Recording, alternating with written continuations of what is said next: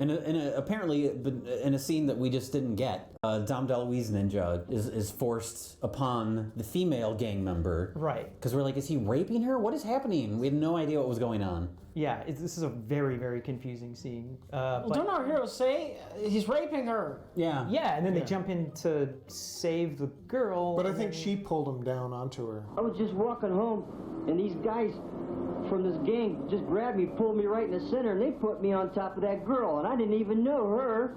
My mom knew that she would crack up, man. Who the hell are you? We do eventually find out that he really is a creep, so I'm assuming he was lying about that. But I have no evidence to back this theory up. It is just a theory. When do we find out he's... Oh, yeah. I forgot the whole movie. I just remember that he beats somebody to death with a trophy. Oh, God. We see them for 4 seconds. And then, Oh, God, And it's then we get into a scene that has nothing to do with anything else that ever happens in the film. Yeah. And this looks like some gang out of, like, Escape from New York. Yeah. Like, this whole scene is like something they're fighting. They got trash can lids. We were calling them the Garbage Pail Kids. Yeah. That's their gang name. That's their gang name. It's got that 80s, like the wardrobe is all sort of like bad 80s apocalyptic sci-fi almost.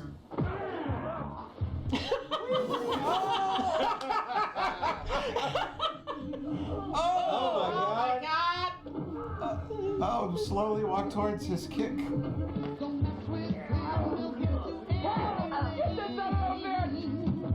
What the fuck? Wait, who? Come on, you! What do you think you're doing? Get him! And this is the reshoot, and it just makes the movie so much more confusing because this is happening, and then With lots of pickup shots of people saying, "Get him!" That's it! Tear him up! Get that son of a bitch! And you don't all see the that shots are so person at all. disconnected from each other. Yeah. But you need a giant, large action scene to open your movie with. Even if you don't know what's happening or who anybody is. What? He's using his shoes. He didn't have to because the guy didn't get anywhere near him with that thing. He's catching shiny stars in his shoes. Oh my god! Everybody get him now!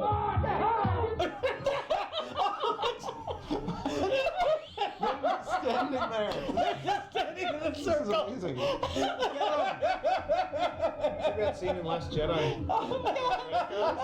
It's like the throne room. They're waiting. But that cliche of like, yeah, there's a group of, gang guys in an action movie that are coming after our hero, but they come after him one at a time. Usually you just see, the bad guy like run into frame. Here we're getting like overhead shots of everybody just standing around. there. It's like they have. They're at the deli and they have their number, and they're waiting for their number to be called. Number 22! Kicking the balls. It very much seems like moves that aren't designed to be like Hollywood-style kung fu moves. True. It seems like they're doing moves you would teach to like a woman for self-defense purposes because half of their moves involve grabbing somebody's balls. Their moves involve grabbing somebody's balls. A lot of ball Yes, grabbing. there's so many ball hits in this movie. That's true. This movie should have been called Twisted Pair. The movies are very competent. The camera work is just shoddy, but the editing is interesting. So that kick off the motorcycle is like, and then the guy gets knocked off. It's like Liam Neeson trying to jump over a fence. Oh, yeah, with like 20 edits. Yeah. It's a 1 second sequence, and there's like 25 edits. We teach 3 private lessons. Right. You have to determine your attention span, basic balance, and coordination. At the end of that time, our chief instructor will evaluate him. And What am I supposed to be getting out of this scene? It's like 3 different things going on. A very sterile phone call. Erotic karate posing. And a bookshelf. Love alive. Our brains have to process this and a Neil Breen movie. All right. Yeah, can we talk about that? That's my favorite scene in the movie is the awkward, boring Joel phone conversation while sexy karate is happening in Yeah. the background, and I think he's supposed to be like, ooh, she's doing sexy karate, but he's just drolly talking on the phone about like, yeah, we're open, We can sign- 8 p.m. I think that's supposed to be a contrast, though. Like he's trying to have the business call, but he's distracted. No, we don't teach kung fu. We teach karate.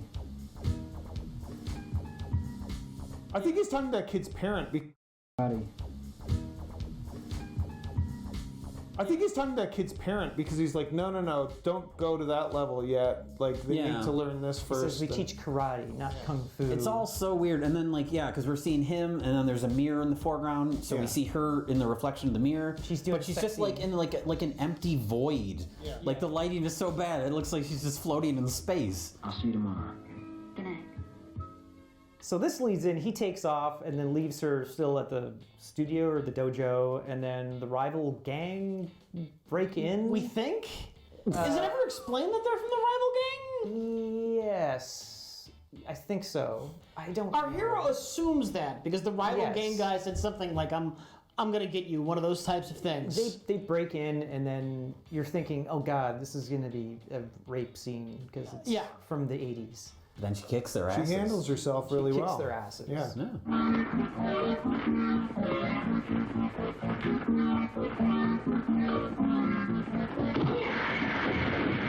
The important thing is he tracks the perpetrator down after the cops have already surrounded the perpetrator. Yes. And so then he shoves one of the cops out of the way. I think he kicks the so cop. he kicks the cop out of the way so he can kick this guy's ass. The cops are just gonna let him do this? Did he kick a cop? And the police don't do anything about They it. all just stand there watching with their guns drawn. And that disco is great too because the table and chairs that are in there, it looks like a mall food court. Yeah, that's right. And then the art on the walls makes it look like a roller rink, but I guess it's a disco. Oh god, I wanna say this. Everything is ugly. Yeah. Like yeah. literally every piece of clothing, every hairstyle, every person. bit of fashion, every wall decoration, every bit of architecture, everything is disgustingly ugly. Every mustache. Yeah. And it's So just, many it's also mustaches. just lit horribly too. It's just like a big spotlight behind the camera. Yeah, you could Yeah. have this, like some weird remaster of this where it's like remastered in 4K and you'd watch it again and just be like, ew. What is this? Who's in the wheelchair? What is happening? Is that his wife now? I What? guess this is his wife. Is it worth wondering? Why isn't the wife dying the catalyst for the revenge fuel? I don't- I'm gonna kick everybody. We find out the lead character's wife was murdered, and we keep Oh, having God. flashbacks to that. So is it implied that the rival school guy was responsible No, for? it That's never not is. implied. It's never implied. So it's just a random It's just a murder. thing. It's just the background for this character that doesn't pay off in any way. Well, first we flash back to him discovering his wife's dead body, Right. and then we flash back after that to them like frolicking on horses, which is like, no, you do the reverse of that. Yeah. We have to see them together, and then he discovers her dead. And you put this at the beginning of the movie instead of just randomly dropping it somewhere in the middle of the Yeah. film. Or just don't have it with at no all. rhyme or reason. It doesn't factor into the plot at all. He's got a kind of vengeful spirit about him because he goes after that one guy. He probably just has a Napoleon complex, right? Possibly. I'm pissed off that I'm so tiny. Well, Jay, you would know. I'm pissed off that I'm so tiny. Don't use that cutaway. Or use the cutaway and add sound. Not one or the other. So after a few like fights, You kind of end up at this karate competition. yeah. So someone The he big wins. karate competition that we haven't been building towards and hasn't really been mentioned. I don't Yeah, think. it's just a thing that's happening. Yeah. Frank Zappa, Donald Sutherland. The director. Yeah, wins the trophy. He catches the creepy Dom DeLuise guy with his trophy, and it's like, what are you doing? I'll mangle you, you turd.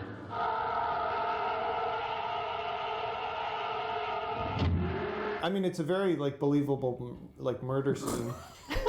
Especially when they cut to him laying on the ground after Dom DeLuise is fled. Yeah, he's He has covered in blood and he's nothing dead. on his face or head at all.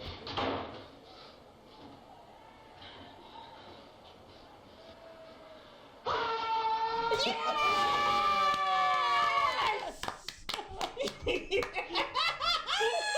didn't let us down. Wait a minute.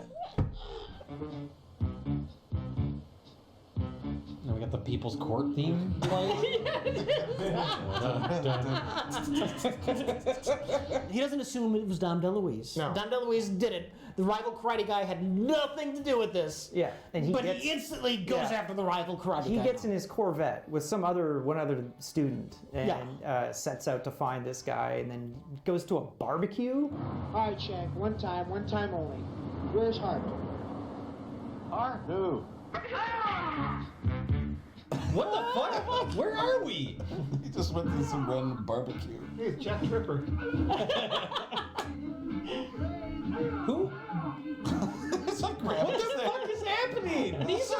I'm assuming these are the evil karate These are the guys. evil karate guys. They're all just hanging out on someone's porch? Yes. Yes. Yes.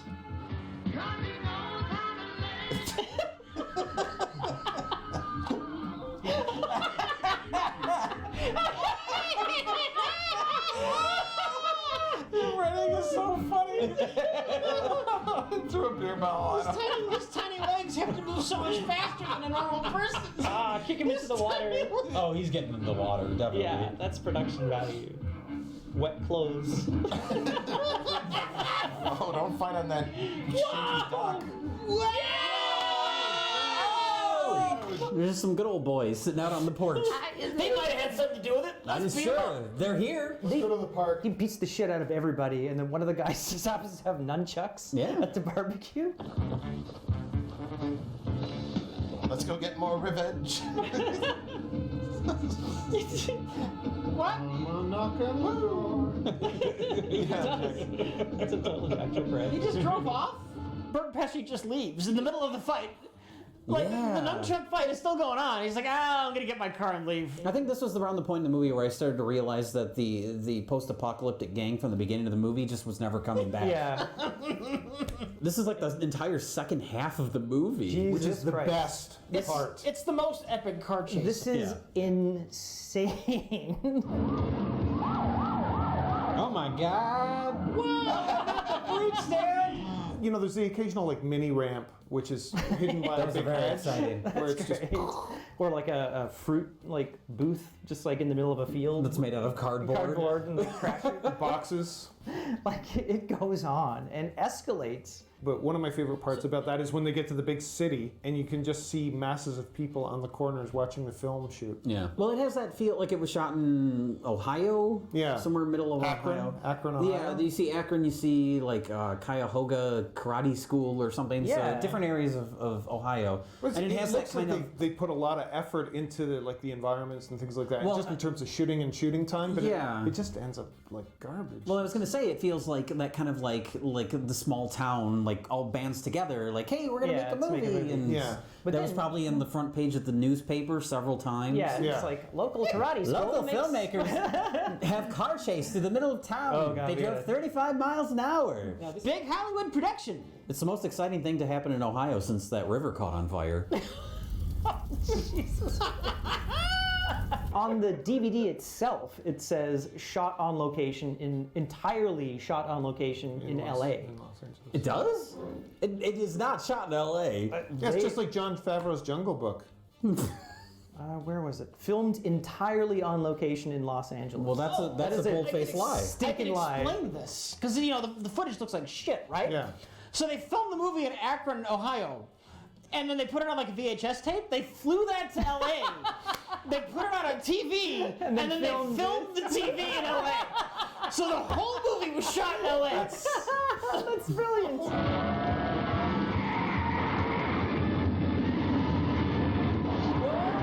Oh my god, it's flying. Holy shit. Fuck! Oh, they ruined that bet. What a waste. Oh no, he's just gonna run Just away. gonna run away. Ah, good thing his mustache protected him from from head trauma. It's like his afro. Get off of that bike!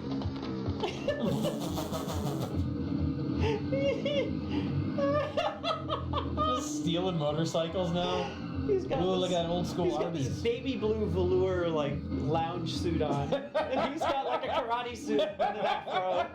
And they're on motorbikes. What do they crash the cars and then they run and find these guys and they kick people off motorcycles and then Oh yeah, and then we're- it keeps going. We're into a motorcycle chase and they were driving so slow at points like. The one that's chasing the other could have just gotten off his motorcycle and just ran up to him. The Burt Pesci guy is constantly wiping out on the bike, like he can't control it. But He just I mean, I don't sucks. know who could if you're not a stunt driver driving a motorcycle through water.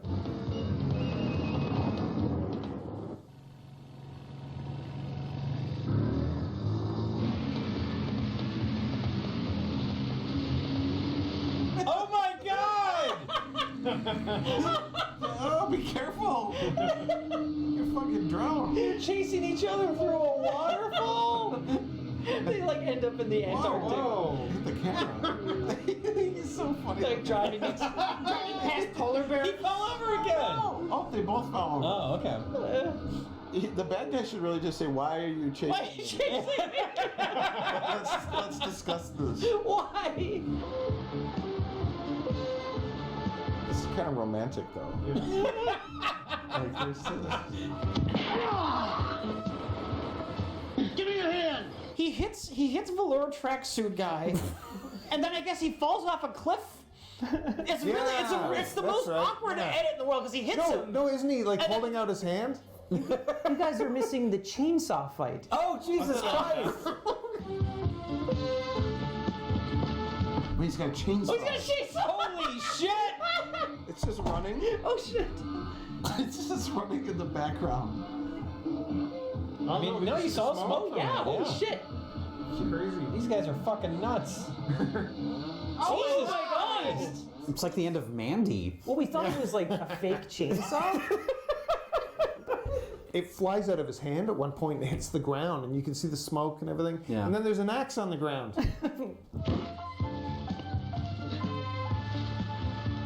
Why is holy shit! Why is all this shit in the woods? Guess he's gonna find a gun. They're like really going at it.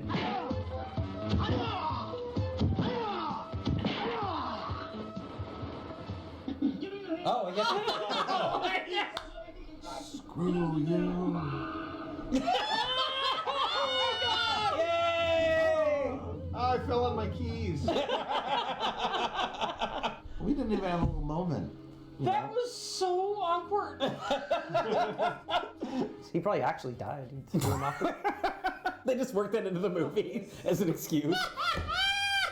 This is the distributor's like, here's another 10,000 to kill someone. Well, he does end up going to jail, so maybe the rest of the movie is just a documentary. I don't know. Can I say I love that he goes to jail? There's so many movies where the movie's over and I'm wondering, how the hell did this not end in like a 5-year-long legal battle? Yeah, there's no consequences usually. Like every movie where a ghost kills somebody, who's getting the blame for those murders? Like when you just tell the cops it was the ghost? It's like, No, it was the pumpkin demon, officer. You're coming with me. Your friends are all dead. You're the only survivor. Yeah, come on. What happened? Well, $500 fine, suspended sentence. What? $500 fine and a suspended sentence. For killing a man? the children are applauding. Grand theft, 2 counts of grand theft auto and 1 count of manslaughter. That's just $500. $500. Yeah, so it's a big celebration, no smoking. And then Donald Sutherland shows up again, and he's not thought he was dead, He's yeah. got like a neck brace and like An he's all arm messed up. cast. It's very comical. He's like O.J. Simpson in The Naked Gun, where he's just like, just keeps getting injured. I just really wanted them to all light up cigarettes, including the kids, and just And then the whole building just explodes, because why not? yeah. Which is why the no smoking sign was put there in the first place. Yeah. Flammable karate school. That was the alternate title for the film. Flammable karate. Flammable Karate School. I want to make that movie now. It's next to the Turpentine Factory. For the first time in my life, I'm not full of fear.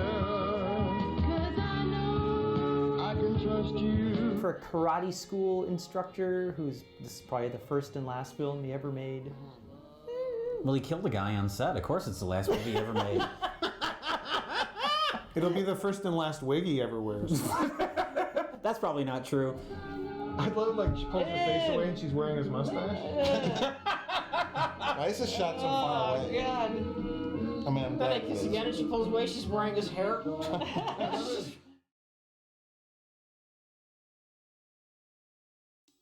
Our next film is Through Dead Eyes, starring Star Trek's James Doohan. Scotty from Star Trek.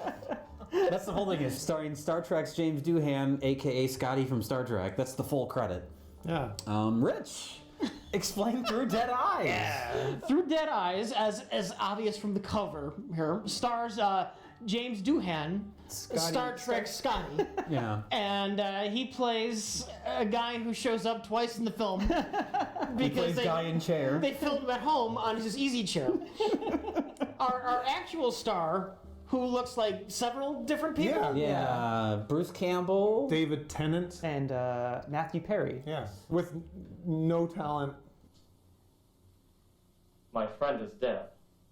Well, he's a terrible actor, and the character is a terrible, terrible person, as we'll soon find out. Because he has to team up with a psychic to stop a string of serial killings against her will. A blind psychic. A blind psychic. This is an order from Chief of Police Earl Fratt. It says that I'm to bring you in for questioning. This is a movie about a detective who takes a blind psychic, he kidnaps her, brings her to his apartment, won't let her leave for days until she agrees to help him. Handcuffs her and gags her and leaves her laying on the floor of his apartment. And then they fall in love. She gets Stockholm syndrome. He yells at her. I will stop it. Why won't you help me? He emotionally abuses her. He's very demanding. Oh, he lies to her. He says he's gonna take her to the police station. No! You're so damn fine, you're so damn scared! Instead, he takes her to the morgue To make her touch a corpse. so he can force her to touch a dead body. Yeah, come in with me, you blind woman! You're gonna touch that corpse! Come in, I'm gonna make you touch that corpse! Do it! Do it! That's a little like a morgue.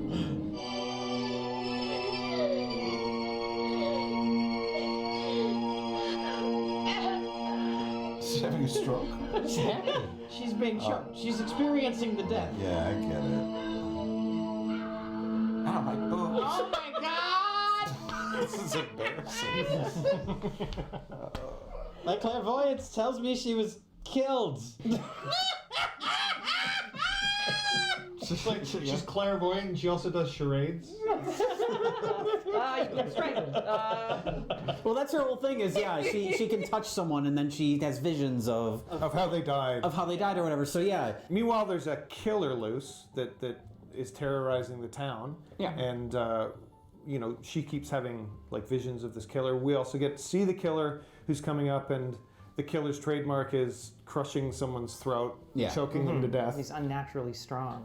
Obviously, the killer is a man. A woman is too weak. A woman is too weak. The movie makes it very clear women have no strength. All four were strangled by a male believed to be very strong. Their throats were crushed. That takes better than average hand strength, and it rules out a woman as the killer. The one thing we know for absolutely sure is that our killer has to be a man. Yeah. With So an we eye, know it's a man. with an eye patch, no less. Well, yeah, the killer's wearing. It's very. I think I don't know who this guy. I looked him up. He only directed this one movie, but I think he's influenced by like Dario Argento, like Italian giallo stuff. Because the killer has like the black gloves, which is a staple of those. Some of the death scenes are very like stylized. Like the lighting gets like colorful and weird, and then he's wearing the killer, who's definitely a man, is wearing a mask with an eye patch on it, and James Doohan is also wearing an eye patch. So there's that connection. That's never explained why it's an eye patch. Because red herring. Because red herring, Why he's wearing James Doohan has an eye It's because his face is a mask. No, it's not a mask. Are you saying it's not really James Doohan? It's somebody in a James Doohan mask? It's actually George Takei. Just put a James Doohan mask on. James Doohan We need someone more famous, like James Doohan. Oh God. There's been another killing like before. But so what? I'm retired. Oh my God. He's so bad. There was such a long pause. He had to remember his line. The My God. But so what? I'm retired. Oh my God. He's so bad. There was such a long pause. He had to remember his line. our detective, he goes to visit him because Well, he was the detective was the on the original. case 8 years ago. The Yeah. killings have started again now. yeah, he never caught the killer, and the newspaper made a point of mocking him horribly and calling him a failure. In the newspaper article, there's a picture of James Doohan, which is a promotional picture from Star Trek. And it says, distinguished career ends in failure. No picture from Star Trek. And it says, distinguished career ends in failure. Yeah. Yeah. And James Doohan in this movie, he's amazing. He gives the performance of a lifetime. His first scene is so embarrassing. It's so bad. Leave us alone. My wife is upstairs and she has a weak heart. And for God's sakes, leave me alone. Oh my God. Oh.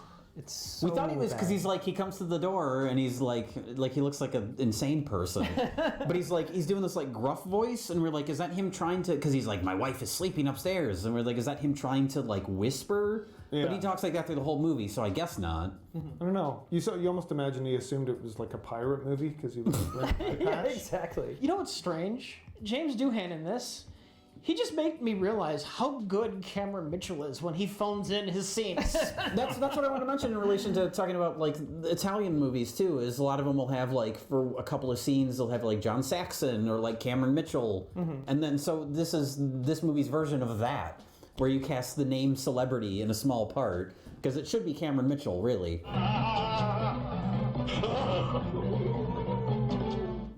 Or you could see it as James, like this movie shows just how good James Doohan is at being Scotty. Oh yeah, for sure. You know what I mean? Yeah. Miles away. Well, you know what? James Doohan did not give a shit. Just that hard cut to him looking miserable. Rich, you guys have the same shirt. I'm not saying that James Doohan is a terrible actor. I'm saying in this, he did not give a shit. I think he's trying, but he's just really bad. The whole thing made me afraid. Me, afraid. He was just really tired. There's like certain times where he's kind of going for it, but he just doesn't have the talent. Yeah? Like, I don't think he's good. You don't think he just didn't like glance down at the lines 5 minutes before they shot? Yeah. And it's like, He does spend most of the movie in a chair, and that's clearly a sign that he doesn't give a shit. But yeah, so he's a gruff old crabby man. And he plays a character that's a gruff old crabby man. But this led to the great debate during the screening of this film. We have a movie that is a murder mystery, and we have 3 characters. There's no red herrings because there's no other characters. 2 of our characters appear to be the protagonists. True. Right. So who is the killer? Until we're introduced to the woman who owns the costume shop. Yeah, well, that's jumping ahead quite a bit. Oh, I guess sorry. that's okay because nothing else happens in the movie. But yeah, an hour into the movie, we meet, because he goes to the costume shop to see if they have the mask that Yeah. the killer is wearing. Well, do they know it's a mask? The She sees- clairvoyant? Yeah. Sees the The mask. clairvoyant, the psychic, can see the final thing Yeah.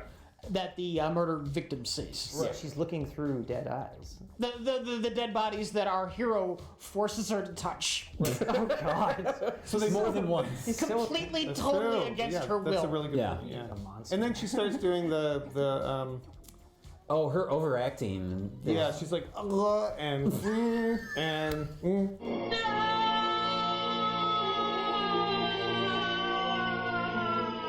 She overacts being distressed and traumatized, and then our detective overacts being an asshole. Yeah. Which really makes this an uncomfortable movie to Oh, watch. it's terrible. Yeah. Please stop it. You scream, I'll gag you. What the hell's she gonna say about that, huh? Stop it!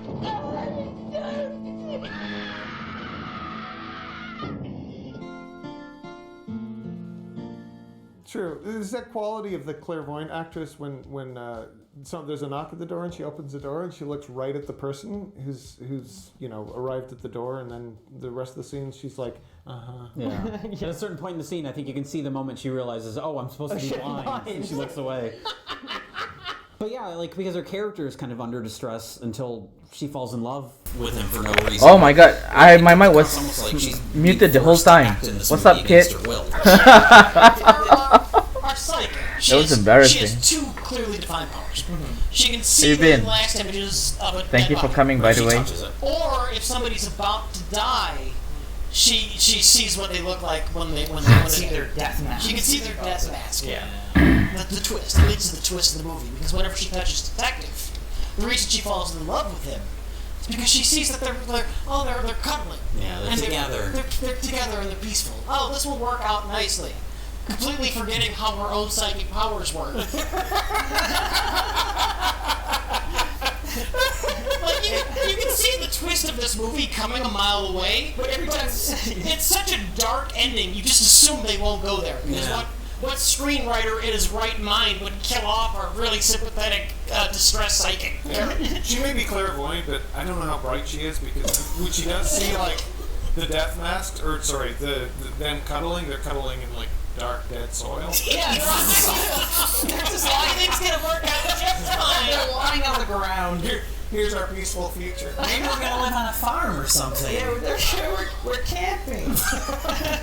In a suit and fancy dress. Yeah. So the only reason she falls in love with him is because she has visions of them being happy together. But she's really just seeing their dead bodies. Yes. With a mixture of Stockholm syndrome. Right. Yeah. So then the detective visits the costume store, and like we mentioned, this is the first time we see this old lady, and she just happens to have the exact murder mask. Who do you want to be? A warlock? Or how about the Tin Man? Yes, you'd make a fine Tin Man. Or a detective? Yes, Detective Sam Spade. A secret agent, perhaps. I am a detective. That's the director's wife. That's the only excuse for this. I'm investing people up. This nonsense. If they were to do a reboot of this, I would cast Tilda Swinton in her role. Ooh. You could cast Tilda Swinton in every role. In the Spirits movie? She could be She's so Suspiria. good. Yeah, that's true. That's right. She's playing an old man in true. Suspiria.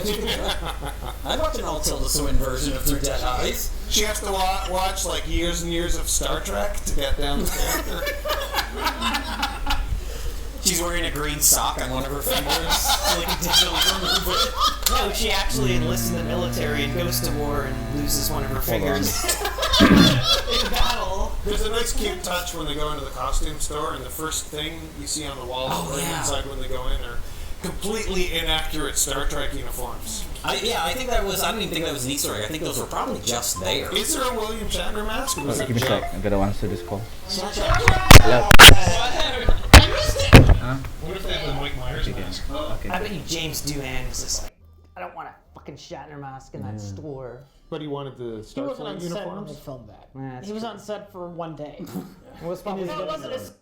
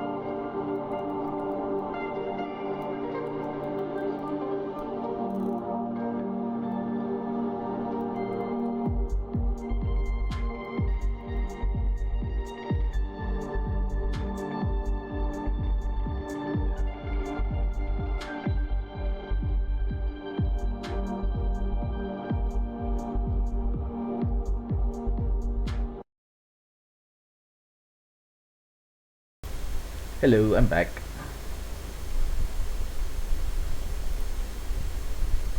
Thank you for waiting. What are you up to, Kit? Are you working at the moment? Or get ready to bed? Sad, it was his living. Yeah, that's true. We have some, yes. She's an iPad. It's more like a talk to the vendor. She did it. And she seems odd and off, and she's probably the killer. Well, it turns out she's the killer, and she's also James Doohan's wife. Oh, God. She's the costume star.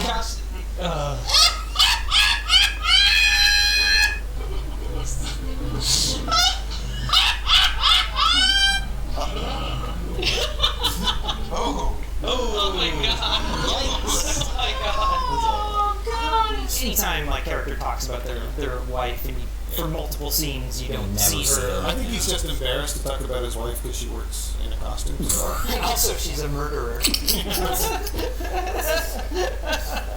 This is how she's embarrassed to talk about him because she's married to Star Trek Scotty.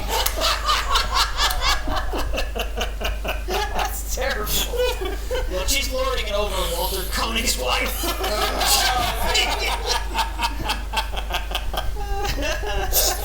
Did she have any family? Family? Would family let a girl paint her face like an Indian? Would family let a young and attractive girl wear jeans so tight? That's the problem. There are no restraints. No one holds back. This is amazing. Are you his girlfriend? Are you a slut? A slut strangler. I guess you'll have to take my word. She looks like Dana Carvey in The Master of the Skies. But then, yeah, that's when we discover she's the killer. She's wearing the stupid mask, and it's comical when she puts it on. Yeah, and then she uses her Darth Vader hands. She's unnatural. To death.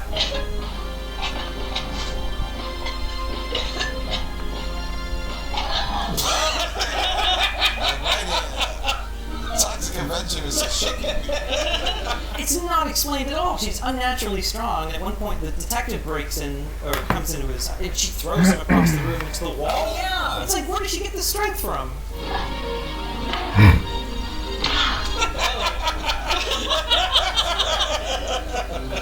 Who thought this movie would end with a healthy young man struggling to feed up James Doohan's elderly wife? Jesus Christ! Yeah. Yes. Oh. Genre to sing. Yeah. But the psychic says, "No, wait, stop! I don't see her death mask. She isn't allowed to die. She's not going to die, I guess. Right. Even if you continue to drown her. So she only sees the death of, The two of them.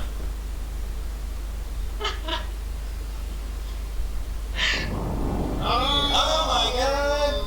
Yeah, and she's burying two All right. bodies in the daytime. In the cemetery. And every time it cuts to them, it's like clearly night with like bad lighting. Like, There just happened to be like a freshly dug grave. Like there's a headstone. it was in the dream too. The tombstone is aged beyond belief. It looks like it's been there for 100 years. Maybe she dug up the previous corpse. Maybe she dug up her own corpse.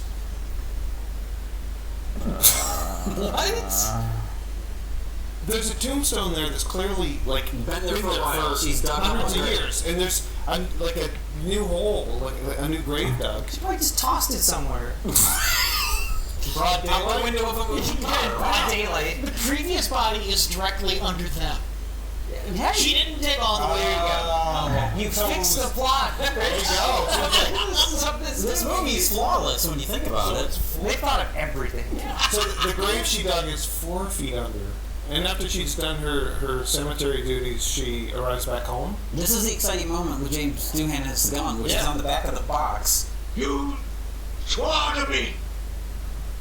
I protected you, and you swore you'd stop. They were in love.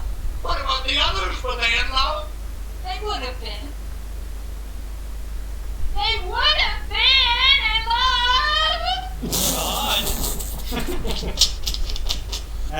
acting scene between the two of them is like they're really. It's a combination of somebody overacting and somebody just wanting to nap. You. You said it should have been a John Waters movie? Yeah, her performance in that scene is done. I think Mike mentioned Done that. with It's like this one. something right out of a John Waters film. It's beautiful. Is a perfect thing. A perfect thing in the eyes of God. Those others were sinners, but they've been cleansed. Alright, we're done with this one. Perfect thing in God's eyes. In my eyes. Go home to your Let me change to a different project. If she ever wants you, tell her this isn't some communist daycare center. It's camp. Pure camp. It becomes pure camp. Most of the movie is kind of dull. Like, it's not horrible. It's dull and it's stupid. But her performance in that scene really pushes it over Like the it should edge. have been a creep show bit. Yeah. Yeah. This whole story should have been shorter, a shorter creep show.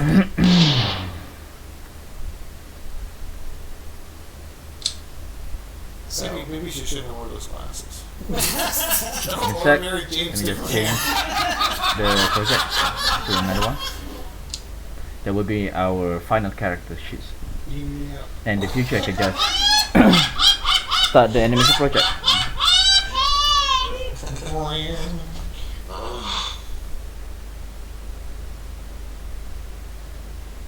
Like we've just spent like an hour and a half discussing the first two movies, and we're gonna trim the fuck out of that because we're gonna talk about Neil Breen now. I don't know if there's as much to talk about with this movie as there has been in the past.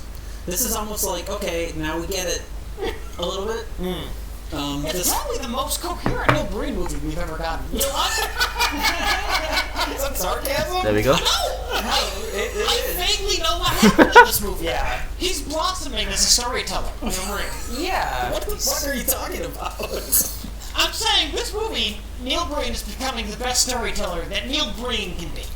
Okay, that's fair. Yeah. I think Neil Breen's brain needs to be donated to science. Yeah, they need to study him. While he's still alive. Yeah. For sure. I was only saying what every 48 seconds. Yeah. it's AI will reach a level of self-awareness and able to consider complicated thoughts and have sensations. The final human invention, AI, artificial intelligence. Thank you. Clearing that up. You know, they say like films are kind of like a look into the filmmaker's mind. Yeah. In some respect, and you just look into it. It's just madness. Yeah. Like, you could go mad. You drive yourself crazy, looking for answers. The Force's advancements in AI far surpassed anything on Earth. Increasingly robotic, humanized, synthetic brain power. I have no brain power. Well, Twisted Pair is a movie about Kale and Cade, two twins. Kalen? What? Kale and Cade. Okay. Two brothers who I think were abducted by aliens and turned into some kind of AI human hybrid. I knew it was you. Kale. Why haven't you That's amazing. That's pretty good. Which I don't even, right off the bat, I don't understand that. How are they AI? They're still humans. Well, like, this is some alien intelligence AI. I don't think he understands what AI is. No, he doesn't. The aliens took him and his twin brother, who was also him, Right. when they were young, and like turned them into super AIs, but they're also still human. So they're humanoid AIs. He refers to himself as humanoid. Even though a humanoid is something that resembles a human being. Well, that describes Neil Breen. Did you see his hair? That is not human hair. No, that's gorilla hybrid humanoid. That's something they didn't mention in the movie, is that the aliens transplanted gorilla hair onto his head. It's dry straw. Here's the interesting thing about the best part is the best performance in the movie is his hair and the scene where the wind is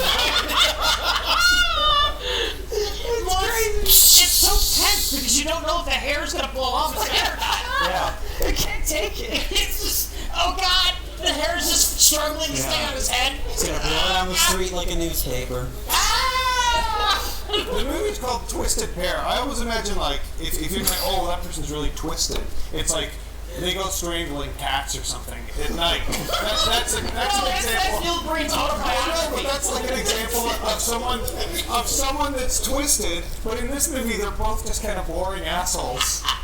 They're just boring. Like, what is this guy doing? He's going to community college every night and wandering around and sneaking around. In the context of the movie, it's not a community college, though. No, in my context. In the context of the movie, it's a restaurant. It's a government building. It's an alleyway. It's an alleyway, and it's all just on that same front step area. It's a universe that is entirely comprised of abandoned community college campuses. That's the entire universe this movie takes place in. Okay. Because at one point they show the background and there's 2 fucking moons.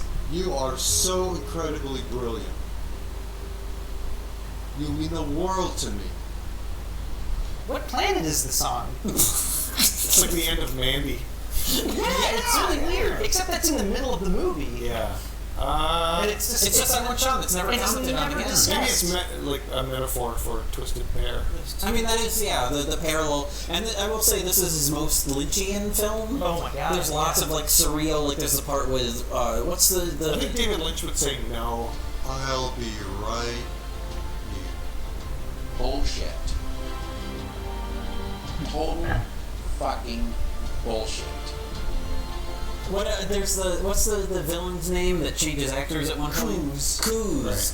But he goes to Coos' house and it's like a mansion. Coos is very Lynchian, yeah, for sure. Yeah, all that stuff where it's like there's a woman wearing butterfly wings or something. And he has this like artificially lowered voice. Yeah, they fuck with his voice. That all feels very. He's constantly touching his diamond. Oh, so you come highly recommended. So you're interested in my special art.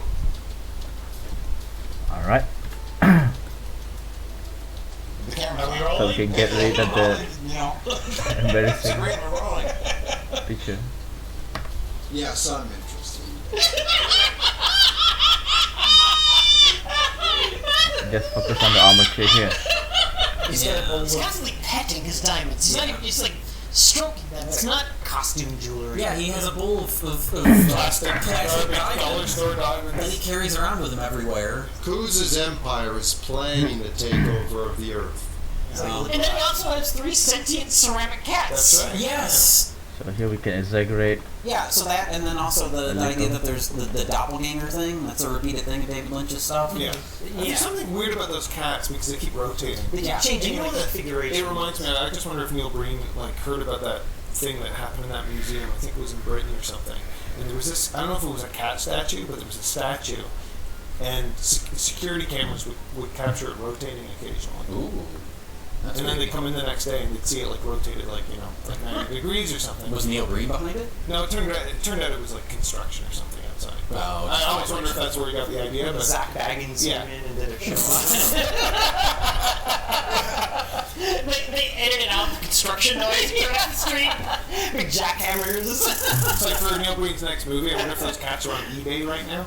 Oh, crowdfunding. But there is, the dual sort of thing going on with the 2 brothers. Who am I? What am I? What's happened to us? And then you have the 2 brothers sort of, love scenes. And Well, they have parallel lives. They have parallel lives, and they have parallel love interests. And the first one is him following a woman to her house. This is really creepy. Well, he bumps into her in front of the homeless man and his rubber rats. No. Yeah. Those are fake rubber rats. Wait, what? The rubber rats. Rubber rats next to the. It's supposed to look like a filthy alley. The rabbit. Rubber rats. That's his friends. friends. That's the homeless man's friends. Oh, shoot. Excuse me. I'm so sorry. No, I it's okay, apologize. It's okay, I got it. No. Here, let me get.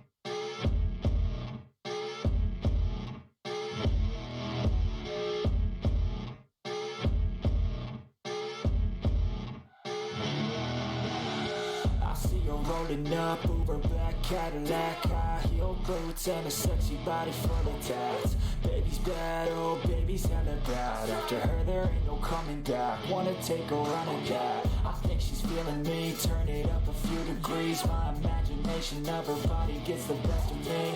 Oh gosh, she's such a tease. Bitten lips, bruised knees. I'm addicted to her, need her touching me. Cause she got a bad little waist. And we tearing down this place. Off the liquor that we chase. Got some egos to the face. Baby, I don't need no space. Coming closer for a taste. And I'll show you how I make everything just fade away. Cause she's like sex, drugs, cocaine. Body so insane. Jealous of the clothing that she wears up on that tight frame. All game, no shame. Baby, can't need a play. I feel like an addict cause she's sex, drugs, cocaine.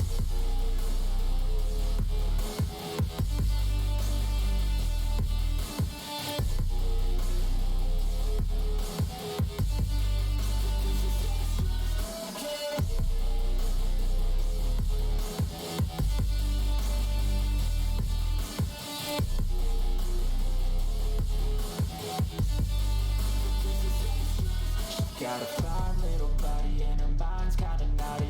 They say that once you taste it, you cannot replace it. She could get you high, all the dopamine inside. Triggers fast once she's naked, her body's a creation. They say the devil made her for his entertainment, but even he couldn't learn how to contain it. Her high heels make a damn good statement. There is no replacement, a body by Satan. She got a bad little waist, and we tearing down this place. Off the liquor that we chase, got some egos to the face. Baby, I don't need no space. Coming closer for a taste, and I'll show you how I make everything just fade away. Cause she's like sex, drugs, cocaine. Body so insane. Jealous of the clothing that she wears up on that tight frame. All game, no shame. Baby, can't need a play. I feel like an addict cause she's sex, drugs, cocaine.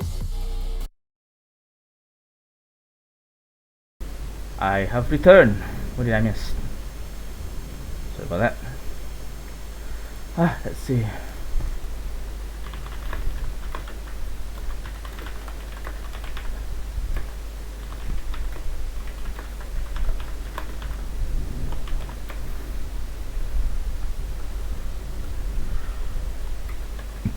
Excuse me.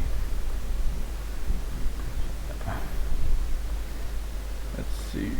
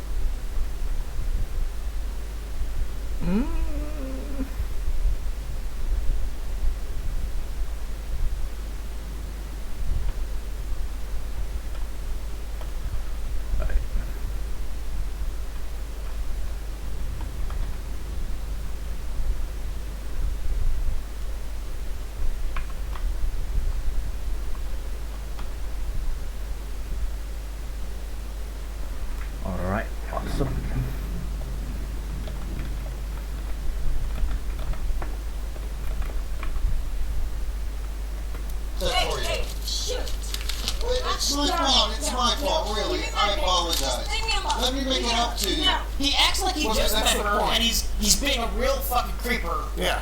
Who won't leave her alone? He's like, no, hey, you want to go out for a drink? You know, and she's like, leave me alone, you creep, whatever. And then she walks home and he starts following her. I'm gonna hurt you now. You're mine now. I'll teach you to ignore. You were supposed to meet me at 8. Bitch. You can't fight me. Why is that painting there? This looks like a scene from Dreams Come True. Bitch. Is this real? Is this really happening? It turned out it's just a game they were playing? Yeah. I think it's even worse. Yeah, but before that, yeah, he attacks her and she smashes like a painting over his head. How often do they roleplay, and how many paintings has she broken over his head? Maybe he called her beforehand and said, you know, did you make that painting out of balsa wood? Painting frame, you know? Because I hit me over the head with it. And then I'm going to call you bitch 3 times. Bitch. Bitch. Bitch.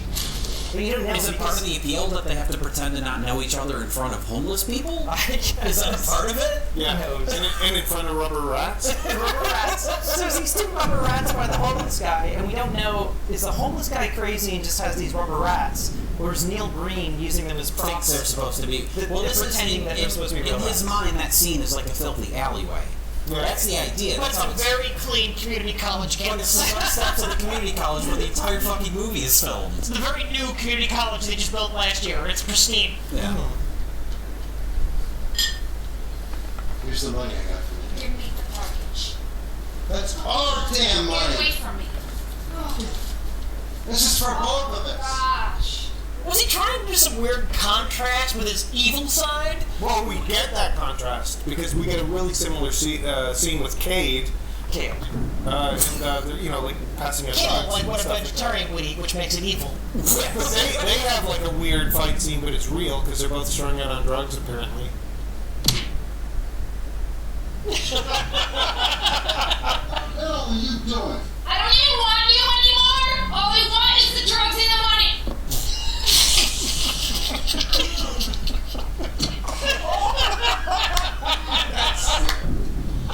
Straight up. Shut the fuck up. Here, I don't want you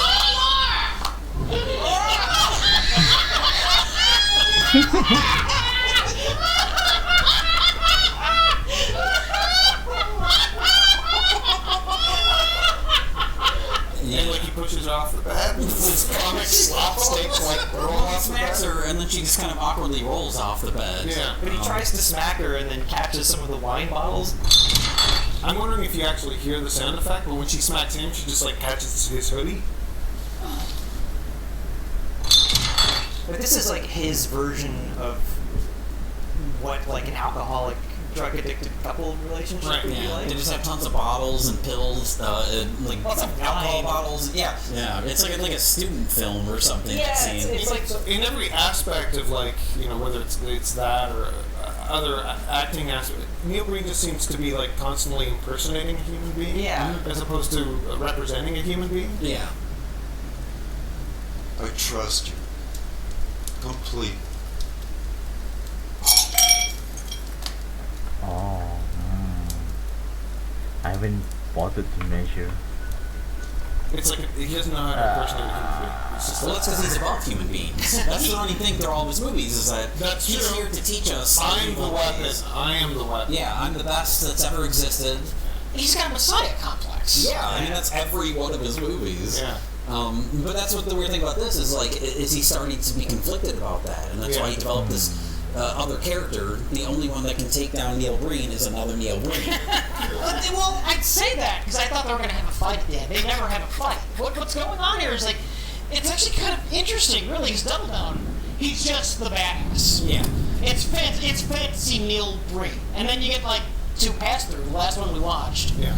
And he still thinks very highly of himself, but like the crazy has started to creep in. I've eliminated 300 million humans from the planet today. In human terms, I have killed them all. These were humans that were harmful to other humans.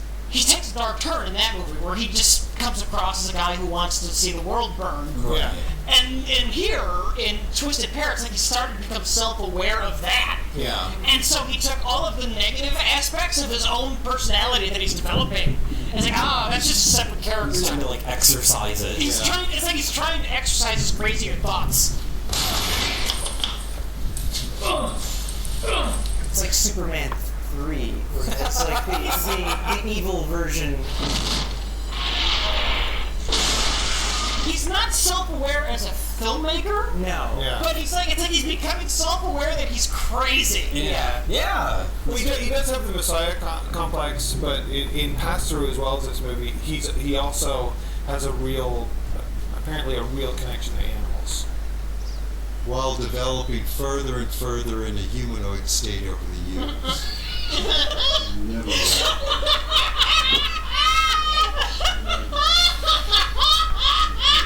Is he supposed to be petty? Yes. Look, he's nuzzling. He's touching the stump. He's nuzzling. He's fighting the stump. But not enough of one to actually. Is he supposed to be petty? Yes. Look, he's nuzzling. He's touching the stump. He's nuzzling. He's fighting the stump. But not enough of one to actually be there with the animal. Yeah, it's just badly. I think more than that, he has a connection to green screen. Good morning. Have a nice day. He uses a lot of stock footage that he kind of integrates himself into. A lot. I mean, that was what stood out to me the most in this movie. Is it's like he just discovered Shutterstock.com. Yeah. Oh yeah. Like he just discovered that stock footage is a thing that exists. And like the army guys, where he's like, go that way. Which has nothing to do with the rest of the movie. I guess it's just to establish that he is like the savior. Follow me. They can't hurt me. You won't get hurt. Follow me.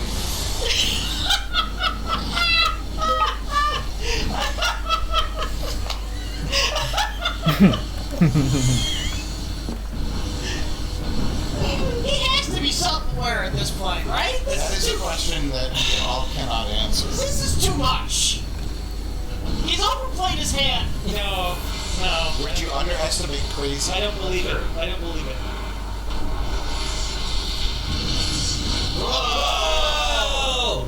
Well, he's the super badass made by the aliens to be super badass, and then he works with some kind of agency that he may or may not be the head of, and the aliens may or may not be a head of, to fight all of the evil in the world. Yeah. Which his brother was also created to fight all of the evil in the world, but didn't do it quite so good.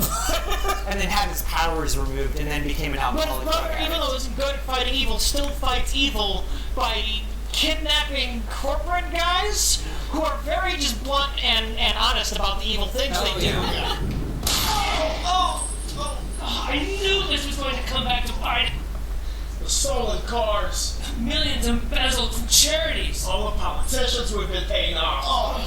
We've been paying politicians off for years. I was getting past through flashbacks at that part. Yeah. And then their corpses multiply. I think that's just supposed to be other people that he's killed. We think. But he just copy pasted the same 3 people over and over. Speaking about pasted, there's all. But he just copy pasted the same 3 people over and over. Speaking about pasted, there's a lot of like phony mustaches. Yeah. And you can see the spirit gum kind of bleeding through. Well, that's what I'm saying. It looks like Scotch tape. Yeah. Yeah. And it's like the light is constantly shining off it, and there's 2 characters that have this. Oh wait, Mike's not here. It's like Spock. Oh. in the mirror universe. Well, that's the creepy part is the other guy, the businessman or whatever with the fake mustache. Yeah. And then later we have another character played by the same actor from that scene. Yeah. He plays another character later in the movie, and he's wearing clearly that same mustache, which means like they just reused that same disgusting mustache. Like, ew. He's a master of reusing everything he can. Oh yeah. I was gonna say the movie doesn't cut out anything. He just reuses stuff to get the movie longer. Dialogue, scenes, shots, eagles, everything he can. We use the special effects over and over too, like the jump.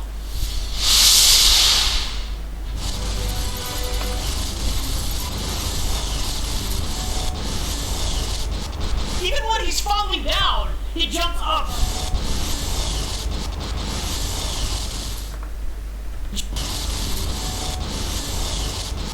Even when he's falling down, he jumps up.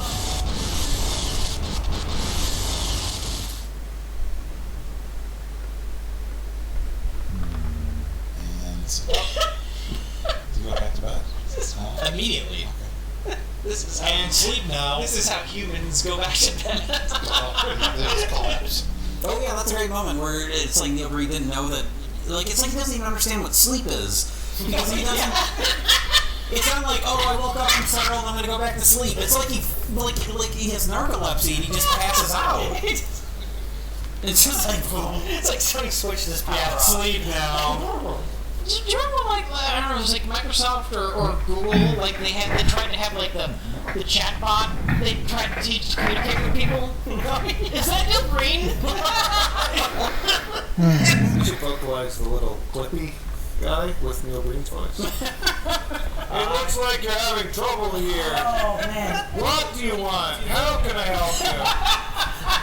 You could do like text to speech. You could get it in like Neil Breen. You could get an article like that's you in Neil Breen's voice. It'd be great if there was like a novelization of Twisted Pair.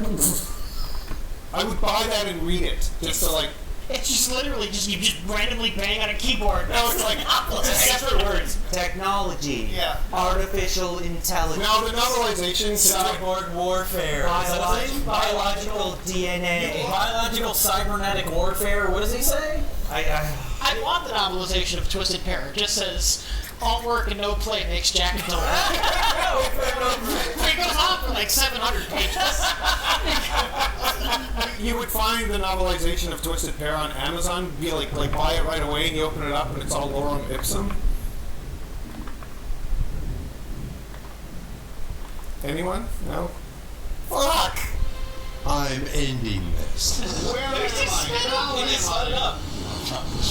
Look at all the... These are just shots that he already had, that he's just using. Again.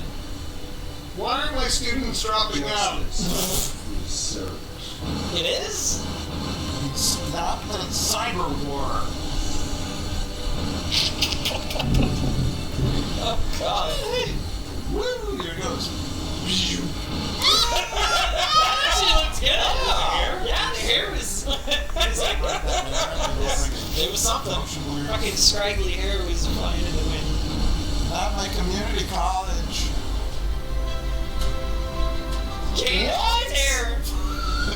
Kate Altair! Oh, thank Christ! Some return. I can't see. Any more pictures of Kate. We didn't understand what happened, but like, He didn't have enough material for one movie, but he's coming back for another. Grindstein played Detective. Twice! Copy paste it!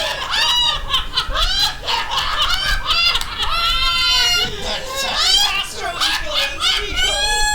Detective! Astro Eagle! the Eagle, played by Eagle. Astro gets a credit before Kuz does! Oh my God! How does an Eagle get a credit from Seinfeld? It's in his contract. The name is Eagle. Well, that's a good thing. So, or is it a good thing? What is it? The story of Cade returns? I guess he fell in love with this character that he created for himself because he wants to have him return. Hey, we all felt. I just hope. Who wasn't heartbroken when he had to murder his girlfriend? Oh yeah, right. Did that happen? Yeah. Oh yeah, they shot each other. There was only business. What? Had to do it. Right. That's like Romeo and Juliet. Yeah. Bitch! Good thing this lazy boy's here. Yeah, I was gonna say, you should pull from off camera another. Let me tie up your chair, bitch! Bitch. But it's already been established that he's like a super being, and that Did you say super being or super breeing? being, super being. Super breeing? Super breed! He's a super breed! But he can't be killed, so she tries to shoot him. Yeah, but a sequel could be good. What, We have so many unanswered questions. If Neil Breen's watching, I just hope that you film it at Nevada State College again. I hope the sequel is like full of like the classrooms are full of students, just like who is this guy? What is he doing? So we can do a lecture about making blockbusters. Except he wasn't scheduled to make a lecture. He just walks into a room and starts talking. Everyone's very confused. Who wants to work on film? Why do you want to work on film?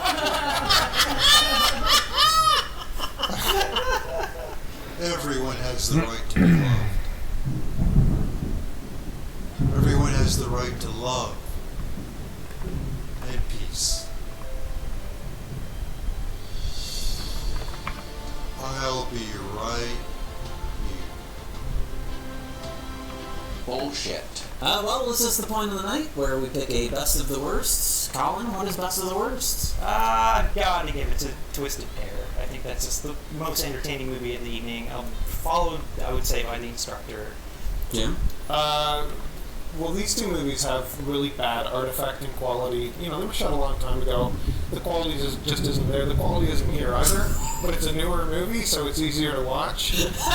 These movies here are people acting badly. Neil Breen isn't acting badly. He's impersonating human beings, which is terrifying. So I'm going with Twisted Pair.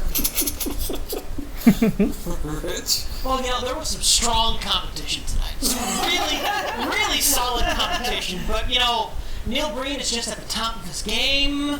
He's the man that's untouchable. He's on a hot streak right now. Neil Breen is the Michael Jordan of bad cinema. I know you're being sarcastic about it being competition, but I enjoyed all three of these movies. I'm actually not being sarcastic. Like, we watched 3 quality, terrible movies. Yeah, I think we were kind of bored through Dead Eyes, but yeah, I really enjoyed it. I mean, it's terrible, but it's like I could see the alternate universe version of that, where it's like a Dario Argento film, and it works. Yeah, for sure. And then The Instructor is just, the second half of that movie. It's just insanity. It's a crowd pleaser, as they say. I think most other nights, Burt Pesci would have ran away with it.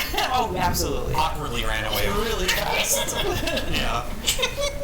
But yeah, I mean, Twisted Pair, it's almost like you have to, like, Neil Breen is almost beyond best of the worst at this point. I was going to say, it's like he's always going to win. Yeah, we kind of saw that, and I'm thinking we can just have a discussion just about that. Yeah. So if we were to take that out of the equation, yeah, I would probably go with Through Dead Eyes, but I would say The Instructor. Really? Yeah. I enjoyed Through Dead Eyes. Like I said, I can see what it could have been. I would say Three Dead Eyes too, because the ending really was a twist. Yeah. Like if it was a more competent movie, that would just blow me away. Like it was incredibly stupid, but we were engaged throughout, like trying to figure out the mystery. We're like, what is stupid enough for this movie? And it was stupider than that. It's amazing that a shitty movie can still like hold you captive to like figure out the whodunit quality of it. Yeah. I think everything else about the movie for me was just so dumb. Too boring. Just dull. Yeah. And you got two really terrible. really unlikable protagonists. So If it's between the other two, it's a tight race. It really is. But Bart Pesci and that amazing chase scene wins out. And The Instructor is like classic good bad movie stuff. Nothing in this movie ever reaches the high. No, I was just more genuinely engaged by like the story kind of Through Dead Eyes, but The Instructor is like you didn't like the story of The Instructor. The mystery. I don't know what the fuck the story was, but I was entertained. It's fascinating that you can have a mystery movie with one suspect and there's still a red herring. The only red herrings were at the craft service table. And James had stuffing them in a duffel bag. Yeah, he ate them all.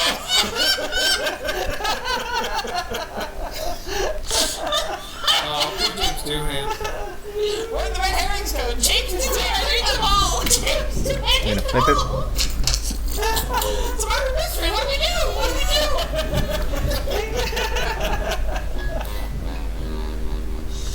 I changed a lot with the proportion here. Maybe this is a message for me that I'm personally weirdly disproportionate.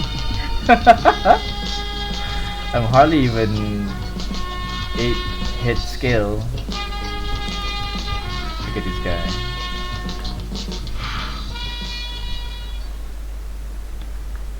So yeah, we narrowed it down to these 3. That's fine. I think we got a good selection this year. We don't want to end up with like another haunted meeting like last year. Excessive drinking. And not us just being irresponsible and talking about Oh no. Maybe the head needs to be smaller. Rich, come on. Like, I know it's Halloween and you want to goof around, but we gotta shoot the episode, so let's be a little more professional here, okay? Alright, so what's after this one? And then there's Shark Exorcist, which that one should be pretty good, yeah. No!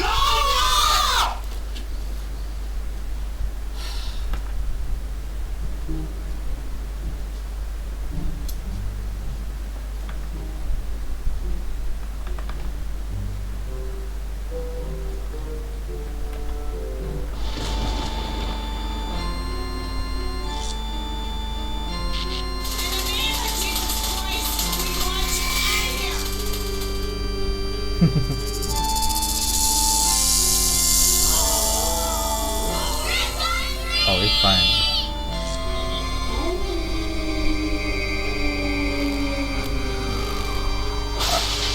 That's alright, I think. I don't mind it. Well, Jack, happy Halloween. Oh, it's my favorite time of year. Candy and costumes and coldness. All the C's. All my favorite C's. And crack, which is what we're going to watch today. Oh, I get it. Our first movie is Jacko. I remember seeing this at the video store all the time growing up, and I've never seen it. But it was recommended to us by Patton Oswalt because it's Cameron Mitchell's last film.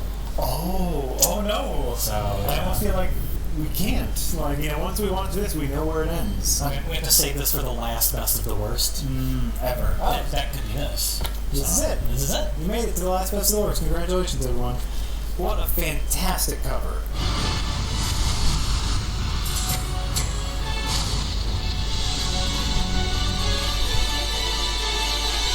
The legend of Jacko is all but forgotten to the townspeople of Oakmore Crossing, except in the nursery rhymes of children.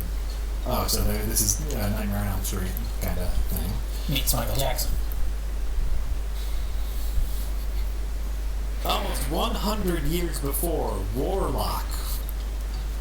Yes, okay, no, that is a Warlock.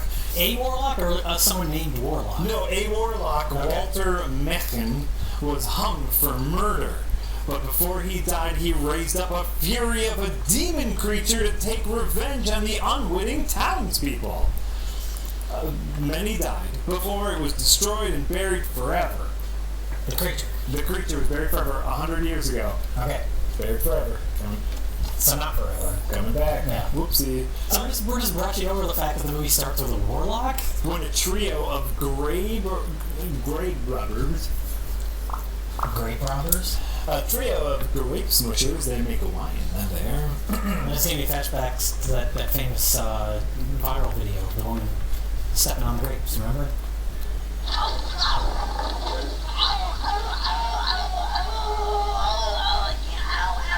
You know what I'm talking about? Everybody knows that.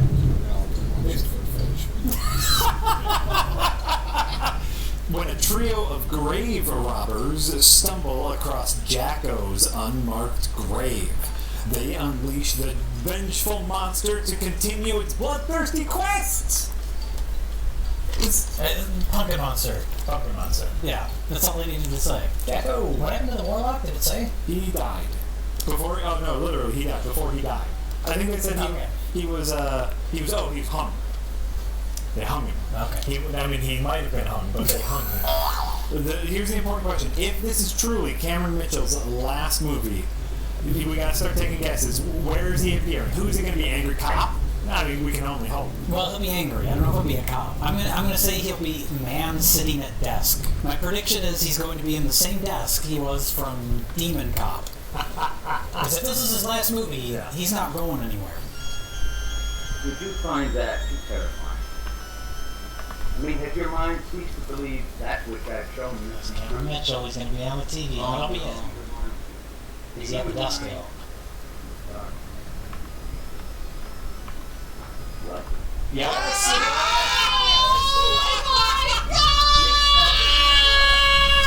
You're so right, Jay. Is that the same footage from Demon Cop? It could very well be. I don't remember exactly what he said, but because he was like a horror host in that too. Yeah. No, he was researching. He was like a doctor that was talking about it. But it's not the style of a horror host. Doesn't he open the movie though, Demon Cop? Yeah. Yeah. Excellent call, Jay. You did it. So we watched this movie for that.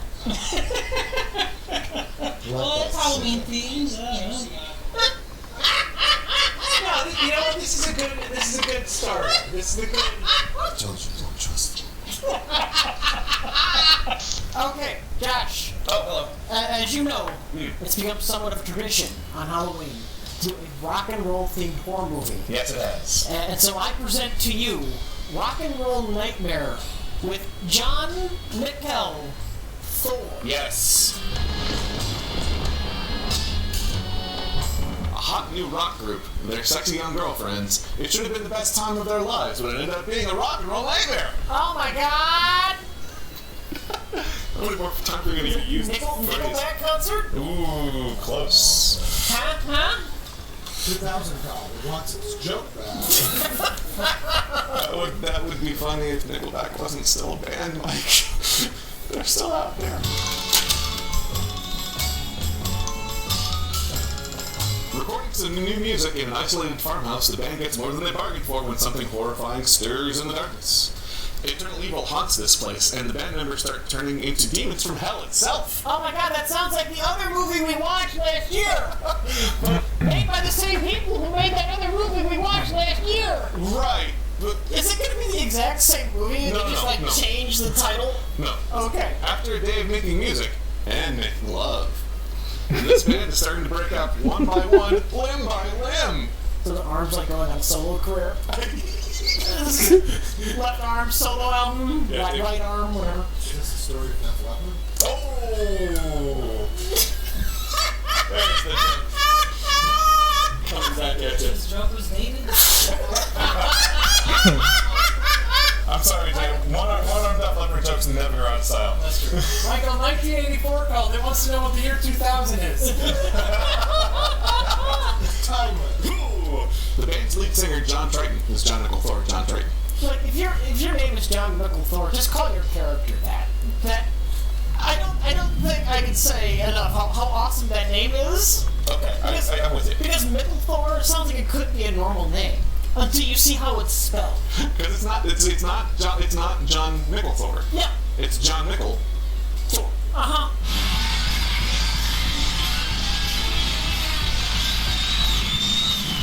Featuring head-banging heavy metal music by rock sensation John Nickel Thor, and some amazing visual and special makeup effects.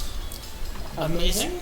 I think they're going to be amazing, but probably not in the way they need. They fucking better be, because they were amazing last year in Black Roses. It's a lot to live up to. Let's go fucking rock out. I'm down with it, man. Let's go. Hell yeah. That was my rock and roll on air guitar and metal thing.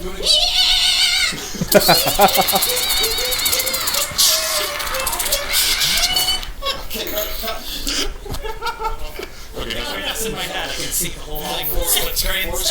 Nothing matches. Nothing matches really well, honestly. This is going to be good. And 6 hours.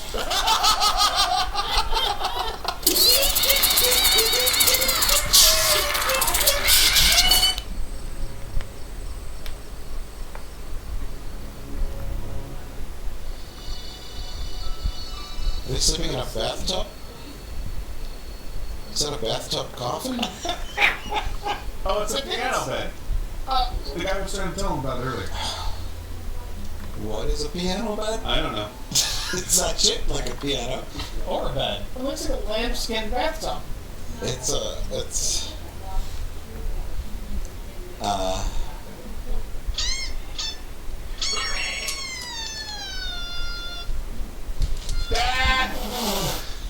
That was a comedy? Oh, no. I'm out. Goodbye!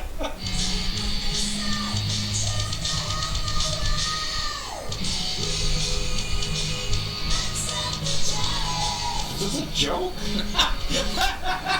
What? No, like the rest of the movie has been a joke. This is the real movie. Yeah. Well, we just had another rock and roll nightmare. Yes. And our third film, we found by happenstance. Grabbed it off the shelf, based on the title alone. We just grabbed the first movie we saw. Like, literally. What are we gonna get? I don't know. Well, it had an intriguing title. It's called Shark Exorcist. Which, fortunately, was the first movie we grabbed off the shelf.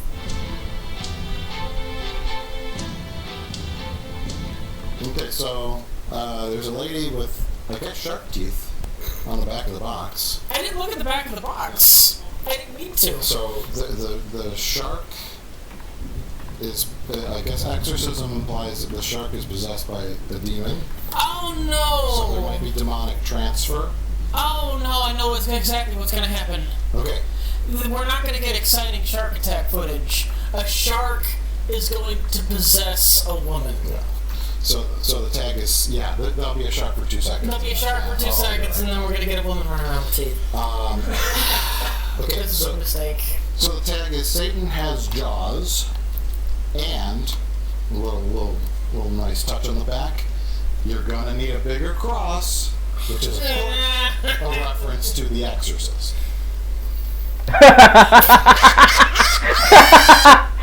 Sorry. What's so funny? I'm just thinking about that one scene in The Exorcist.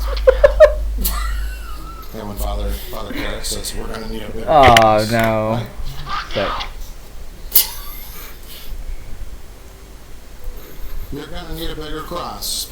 A demonic nun summons Satan to a small fishing village where he takes over the bodies of a great white shark and also we a got a young bot woman. in the chat. Sorry about that. Double possession? Oh, that's weird. Why didn't we just grab the first movie? Why didn't we do a closer inspection? A chain reaction of evil grips the tiny community as the shredded bodies wash up and the possessed woman stalks the local populace. A Catholic priest arrives in search of his missing brother, and he must fight both. Why the hell is the brother missing? I don't know. Is this just an unrelated side plot? I get it. Well, that's his reason for just showing up into this town, I guess. And he must fight both teeth and temptation on land and sea in order to send both these man-killers back to hell before the devil's tide washes ashore for good. Whew.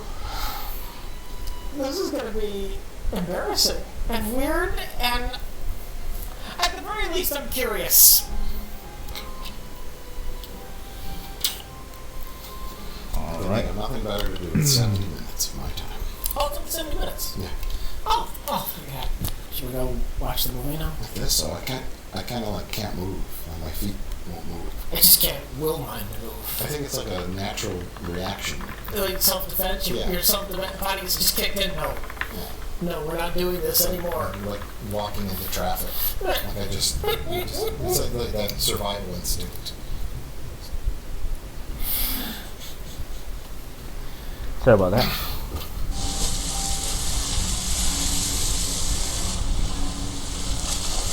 Lord Satan, accept my sacrifice. Send me an avenger.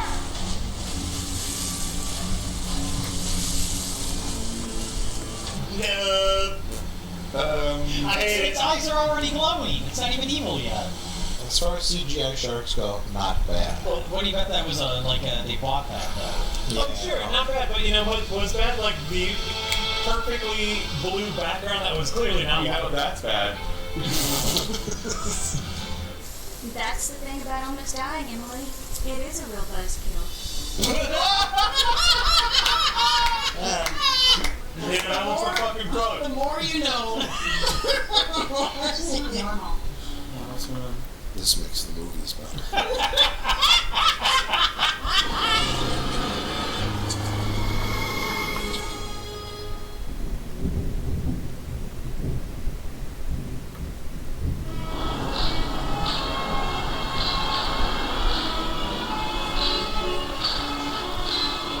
Look at that ghost. Look at that ghost. There's a ghost. Oh my god, that's so fucking spooky. That big pumpkin. Yeah, that's scary. Everything's scary. It's very. Why is that pumpkin? It's gonna be on a guy and come That at is you. roughly the actual size head of Jacko, our first film. Yeah. Yeah, that does look like the Jacko. It does look like it, and it's probably to scale about the same size. You could put that on your head. You just need a haysicle. Yeah. And bad costume, and a bunch of bad actors, And no scripts. and a town with 2 streets. To be fair, I think we counted 3 whole streets, and don't forget the boobs. Well, there's 2 boobs. 2 boobs, 3 streets, 4 boobs. 4's a crowd. Oh yeah, that's right. The one girl, very, very briefly. Yes. That was the case of like, here's my boobs. All right, are we done? Yeah.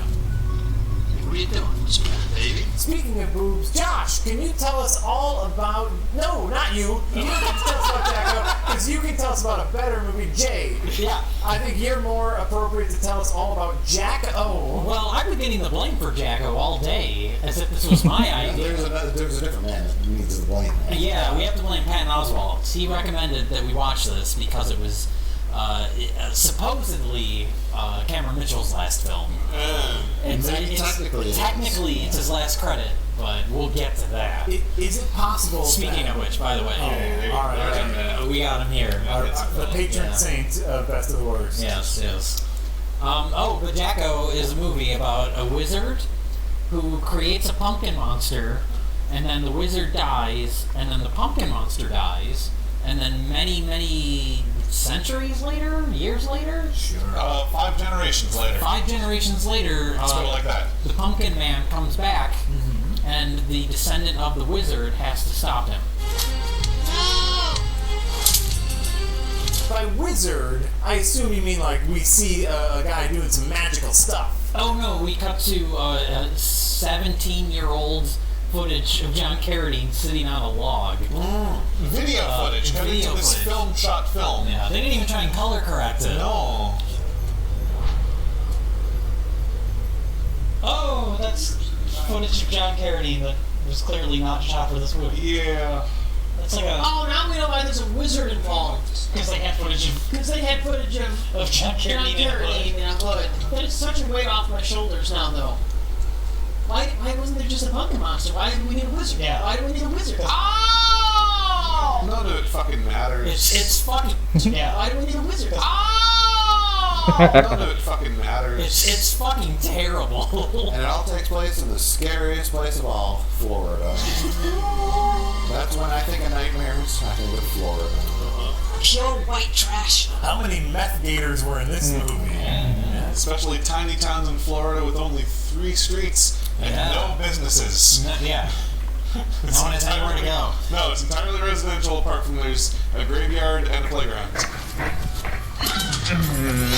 What? Why? Alright, I think we changed from my stubby proportion. Holy crap, I'm so stubby. The kids, it takes place on Halloween, and the kids have so few places to go that they go back to the same houses. Like 3 times. Yeah, they're out trick or treating. And they're like, oh, here's the uppity. Holy crap! The Republicans. Yeah, they're watching like a proto Rush Limbaugh. It's a Rush Limbaugh invitation, and yeah, the lady has a British accent. If she were a dog, I'd have a spade. They're in like a dump of a house. Their house is pretty trashy. Yeah, I think it's supposed to be a mansion, but they just... I think they're just putting on airs. Yeah. What a load of liberal crap, I tell you. Why should I give my money to the government? They aren't giving me any of theirs. That's so true. That's what I've always said. She's like an uppity British woman. Because rich white people They just sound like that? They believe Halloween's a form of welfare. Watch the grocery store. Watch. Looking for a handout? Yeah, told you. You want some candy? You want something from me? You pay for it. Got it? I want to see that character with a soul survivor. If the lady was like cutting up toast, like so you could dip it in soft-boiled eggs like British people do. No. Like British people do. I've never cut toast that way before. No. Into little strips. Unless you're making French toast. Not all of us can afford fancy French toast. Well, that's... Or knives. Come on. Nasty Americans will cut the bread in half and then... Well, then we're talking about freedom toast. Sophisticated. Wait, what the fuck? Sophisticated people. That's the Korean toast. Oh, Red, white, and blue powdered sugar, man! What did I press? Blick Oh my days, god. There was that ad for Denny's that Oh. would play before like That's a every full Blick screen video. full Where the full guy's screen eating mode? like I red, didn't white, know and that. blue pancakes, and they're like, "What does that taste like?" And he's like, "America." Back in the days of Blick TV, that was a commercial that aired all the time. Was it Denny's ad? No, I think it was Denny's. Yeah. Red, white, and blue pancakes. What do they taste like? America. Anyway, I think We're all talking about something other than Jacko. We're trying to avoid talking about Jacko. So what really happens in Jacko? A bunch of people fuck around. Yeah. They just wander around this one neighborhood. They set up all these characters. It's like character after character after character. We're introduced to. Name them. I can't name a single fucking character. We got mom and dad. Mom and dad. Sean Kelly, who's the little kid. The little boy and the dad are the modern day version of the McFly farm. Yeah. From Back to the Future 3. Yeah. Where it's the dad and the son played by the same actors. Yes. That's the generation. Well, the kids play. The kids. The dad is too. No, his dad's got the mustache. He's like a little pudgy Winnie the Pooh man in current time. Cut to it. See who's right. I thought in the credits it said the father played the father. I believe it's just the kid. I think it's just the kid that has the dual roles. But anyway, those are characters, and then we're introduced to more characters. You did say Tums Festival. What? Okay, we have the shower babysitter. That's Linnea Quigley, the big actor in the movie. And then we have Linnea Quigley's sister, motorcycle boyfriend. That's the fourth one. We didn't realize those were connected.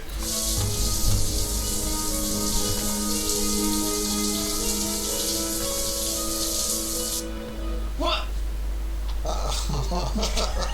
What? Why is there filth everywhere? Well, the first chunk of characters is our little Harry Potter kid. No. And his two friends, bully boy and girl. This is what they used to do to witches. They threw rocks at them, tied them up, and burned them. Mommy, don't! So, here's the other thing about this movie. They live in a very dangerous neighborhood.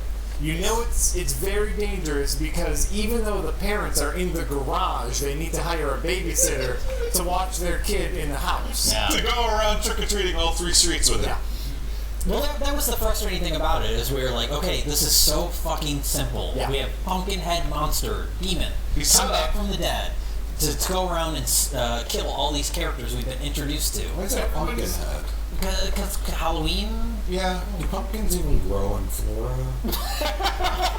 It is a monster, it's not an actual pumpkin. So that's a question though I have. Like, go ahead and tell us. Internet will totally look at your comments. I mean, I assume they like get pumpkins from Halloween. It's a tropical climate. Yeah. Pumpkins are everywhere in the U.S., but I don't know if they grow them there. Maybe they have to pull them down from like Texas. Well, sure. I don't know. It just doesn't seem like a story or a legend that would originate in a tropical climate.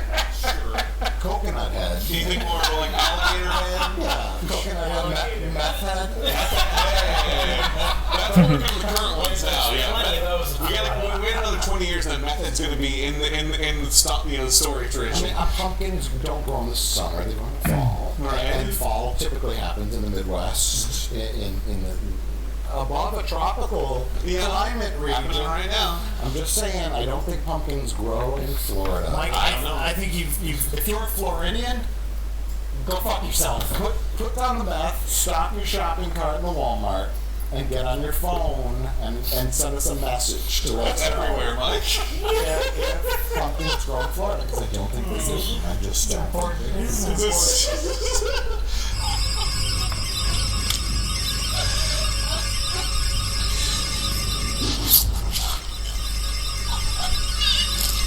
No, I need to be the whole fucking head, you lazy sons of bitches. Yeah, the unfortunate thing, when they get killed, it's very anticlimactic. It's very disappointing. Yeah.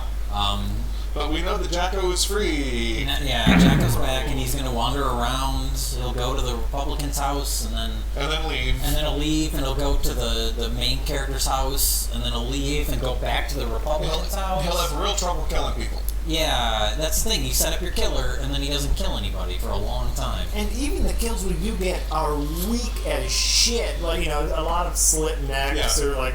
There was one decapitation. They could only afford one head prop. That was a good one. That was a good one. Yeah, there you go. We were just saving it for later. Nice. Oh, Nicolas Cage, why? But the best stuff in the movie was an accident, and Jacko wasn't responsible for it. We have the Republican lady, the fake British lady, we established, they set it up. It's like a Final Destination film, where it's like, oh, she's slipping on her carpet. She touches her toaster, and I guess lightning comes out of it. It's to remind you that a toaster is an electrical appliance. Yes, otherwise you wouldn't know. Just in case you're an alien. They don't have a gas-powered toaster. She doesn't have to start it up like a lawnmower. So they set that up, and then the Jacko kills her husband, and she runs back into the house, and then we get the payoff.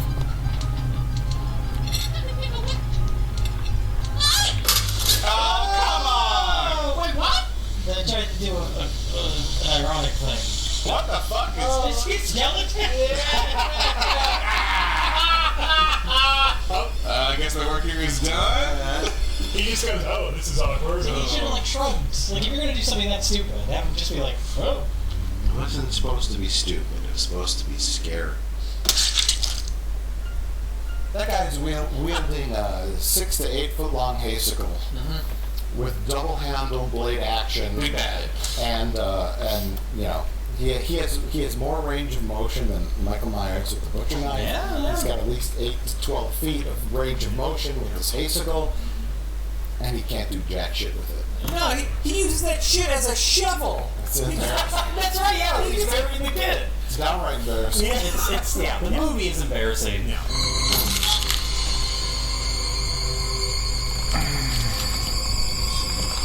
Oh, little dummy. Yeah. That's fun.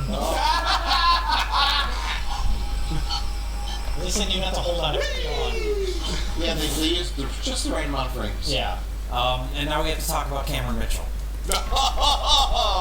And Ed Patton. Let's go through our timeline here. Exorcist. Yeah. Jay and Josh talk about Exorcist. Okay. Exorcist 3. Starring George C. Scott. Yeah. Yeah.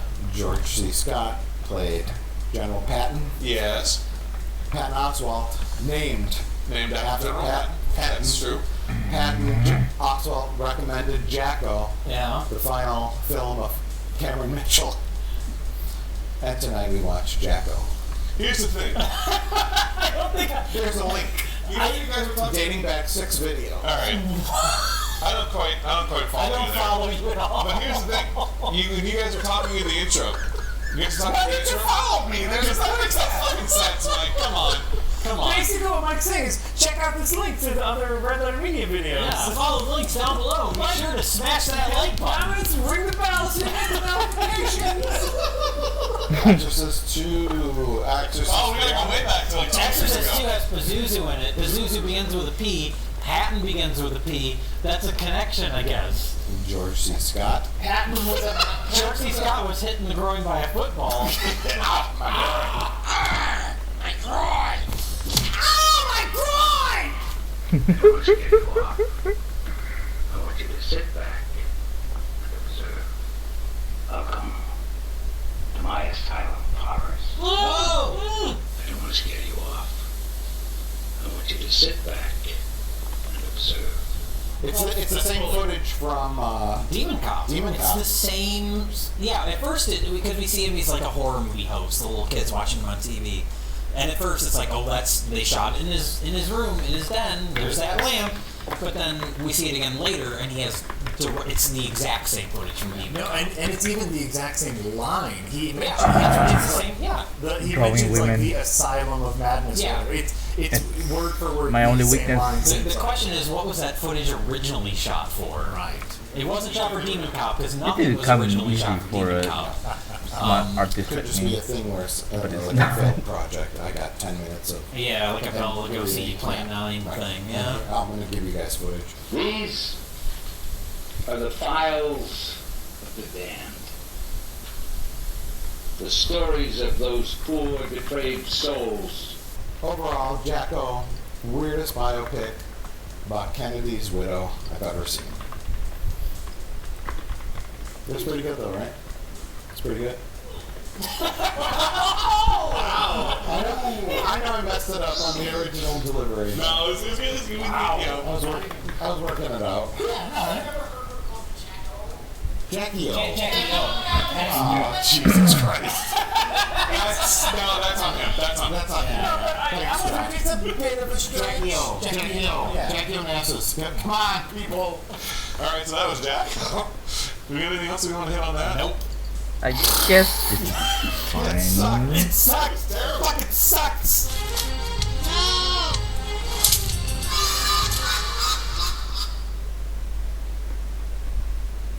So next we have our rock and roll horror movie that we always do every single year. It's tradition. We've done it since the beginning. Absolutely. I think there's 1 or 2 years where we didn't. Shut up, 100%. We've done it every year. That was a mistake. So Josh, as our resident music expert, can you please try to unwrap Rock and Roll Nightmare? The only man in America right now wearing a Danzig t-shirt. Well, that can't be true. I bet Danzig is wearing a Danzig t-shirt. Exactly. It's me, Glenn. Rock and Roll Nightmare seems like a terrible parody of horror movies for about 50 minutes, and then we find out why. That's true. There you go. Yeah. Okay, well, first of all, who is John Michael Thor? He's a metal musician who had a band called Thor. He basically, his thing was that he was a big muscle man. There's lightning in my eyes! Oh! Anger! Anger is my middle name! He lived to rock. Yeah. There's a documentary about it. Yes.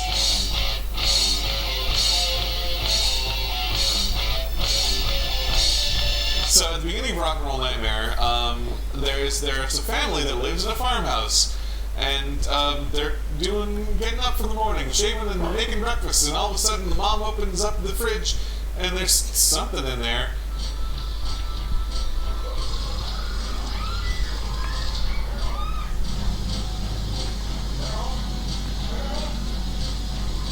Is she in the oven? She opened the fridge. She opened the fridge.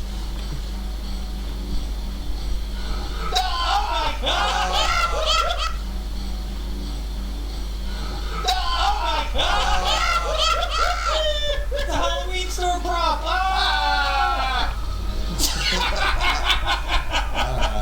You got me. Yeah! What any of that was? That's great. Heaven. A ghost put her in the oven. Or Something put her in the oven. Wait, was that supposed to be the wife in the oven? I think so. I thought it was supposed to be a monster. No, the wife got put in the oven. Because she opened the fridge. No, she opened the fridge. That's where the demon came from. Oh. She opens up the fridge. Yeah. Well, that's what makes it confusing. And it's the first appearance of Gozer. It said its name was Gozer. Look at all the junk food. There is no Dana, only Farm Mom. A lot of the creatures in this movie look like haunted house props. They're pretty bad. They're not good. I'd say they look like Fraggle Rock props. There's a little Henson-y feel to a lot of them. But we do get an incredibly bizarre credit sequence. We get like Evil Dead the House credit sequence. It seems like basically we've got a cat POV. What? Okay. What was any of that? We've got a cat POV. What? Okay. What was any of that? We're gonna get a reveal. Just time killer. Terrio. You want to say number one? What? Sure. Decide! Oh my god. And there's no payoff for any of it. No, well, yeah, and then the credits are over, and then we cut to Thor driving his van. Yeah, there's a long montage. And that goes on for fucking 10 minutes, where it feels like, oh, this is the footage that you have your credits rolling over. Absolutely. But we already got the credits, so we're just gonna watch a guy drive a van for fucking 10 minutes. Very long time. I'm sure that footage of like cat camera was just like testing camera equipment. Like, oh, this will be good B-roll for Demon Vision. There's so much in this movie that seems like it was just camera test footage. Yeah.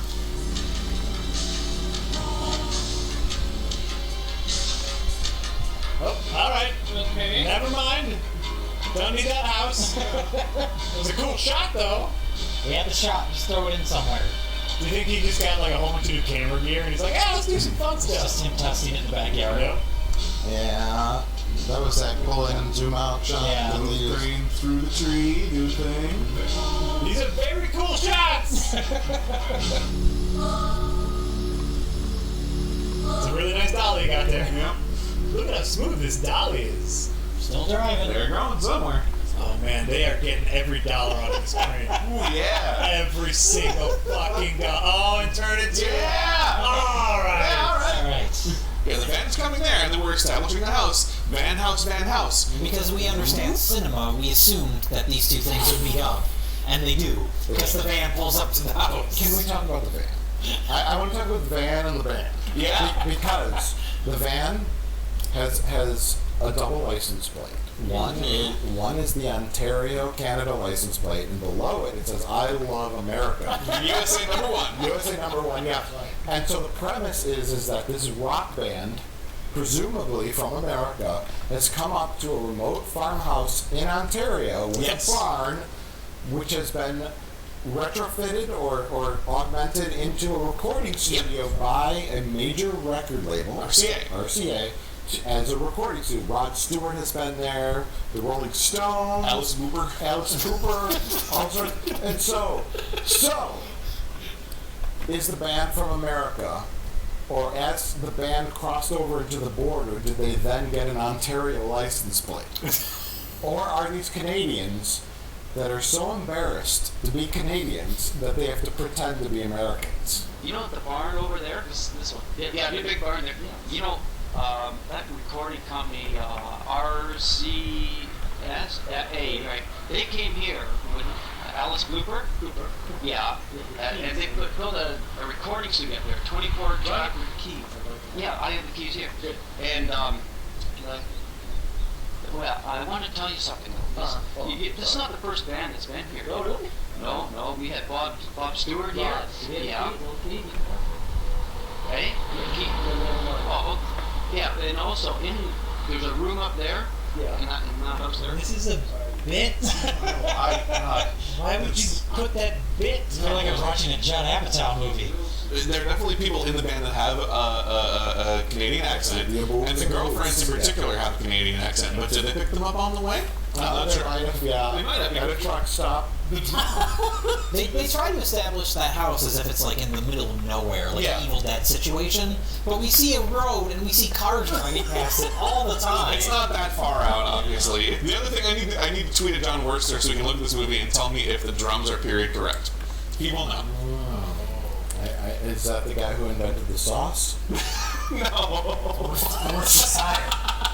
Worcestershire. That's an English descendant. Worcestershire sauce. Worcestershire. It's just a little joke. Relax, everybody. Don't need to jump down my throat like some Worcestershire sauce. All right. Relax. Jesus.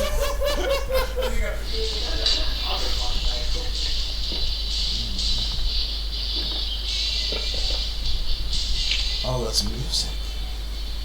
What do you think about that? Was like bacon frying. But it's so tinny.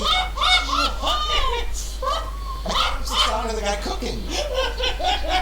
It's like, so there's no like bass in there. They go and have their first rehearsal. That's right. Which is also a recording, I guess. Yeah, the manager's running tape even though it's a rehearsal. But you know, you wanna Neil Young it, you wanna go ahead and run tape at all times just in case the magic happens. Yeah. You never know. That's true. That's a thing apparently. Yeah. And we noticed Neil Young never wrote tape while he was practicing. That's the thing. No, he always. I think you horribly misunderstood. Yeah, the opposite. We didn't switch. I thought you were saying he was very naked. Ladies singing. They always one of the members had a coke problem and had to leave the band. Yes, and I am saying that. Oh my god, a coke problem in rock and roll? No. There's no coke in this movie. There's no drugs in this There's no drugs in this movie. There are cokes. They're placed upon the... That's right there. Hanging up on the door. On the floor, he can't go right in unless he's got Coca-Cola. And remember, he places his coke on the little rubbery hand in the On monster. the little penis monster, yeah.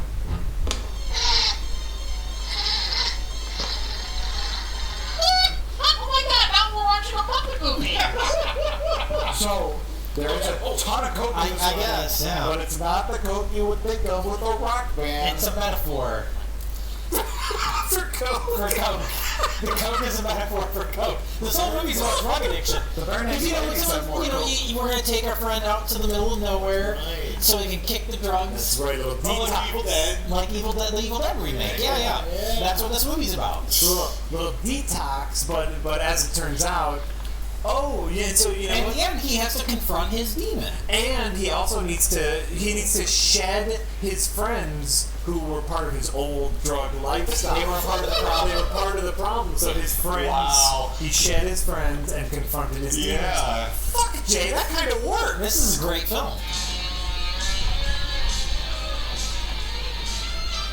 What? That's the actual monster?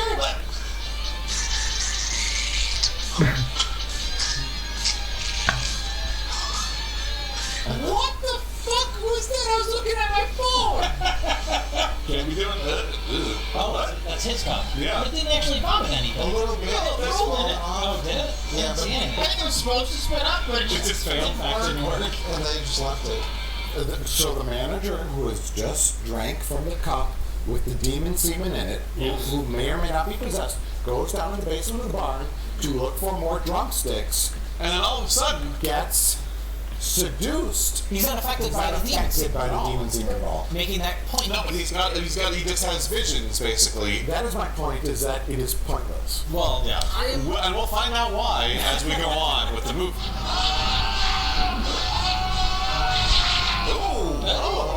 He's made of dog food.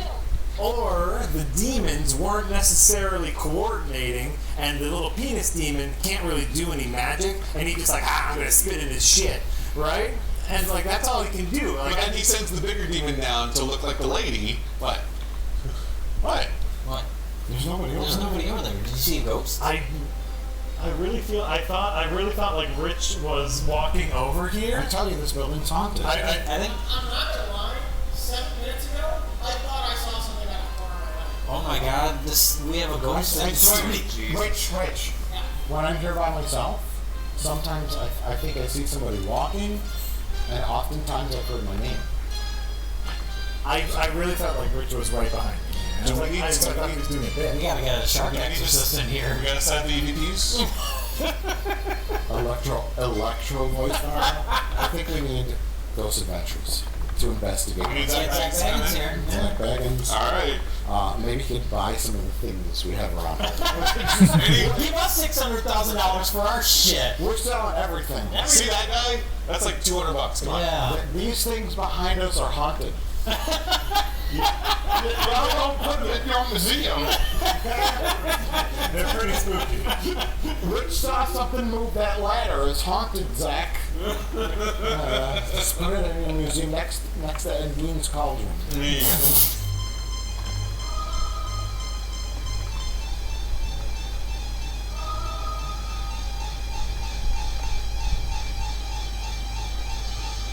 Oh my God! Oh!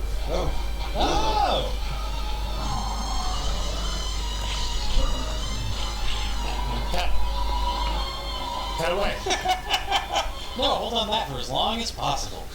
As we find out, there are many different demons throughout. Yes. It's very diverse in hell, as far as we can tell. Not like Canada. More diverse than our rock band, because we couldn't tell anybody apart. All the guys had the same hair, and all the ladies had the same hair, and I didn't know who was who. And also that puppet that remember someone stuck their hand in a refrigerator and a fried chicken came to life. Oh yeah. And that was done before. Had a mouth on it, and clearly the puppeteer expected it to be lit moodily, and you could see like the rubber and the black. So it's kind of like Skeletor in the Masters of the Universe movie. You can see the nostrils. It's just painted black. Yeah. Frank Langella's favorite role. Good for him. He gave it his all. He also puppeteered the chicken puppet. Oh, okay. He needed to pay some bills after that Masters of the Universe. Well, the most notable one is when the one guy takes the guy takes the girl down to the lake. How did you find out about this place, Stingy? Actually, I only heard about it. He's like, how did you find out about this place? And it's like, we're 5 feet from the house. Yeah, I looked out my window and I saw a fucking light. Ready? So am I.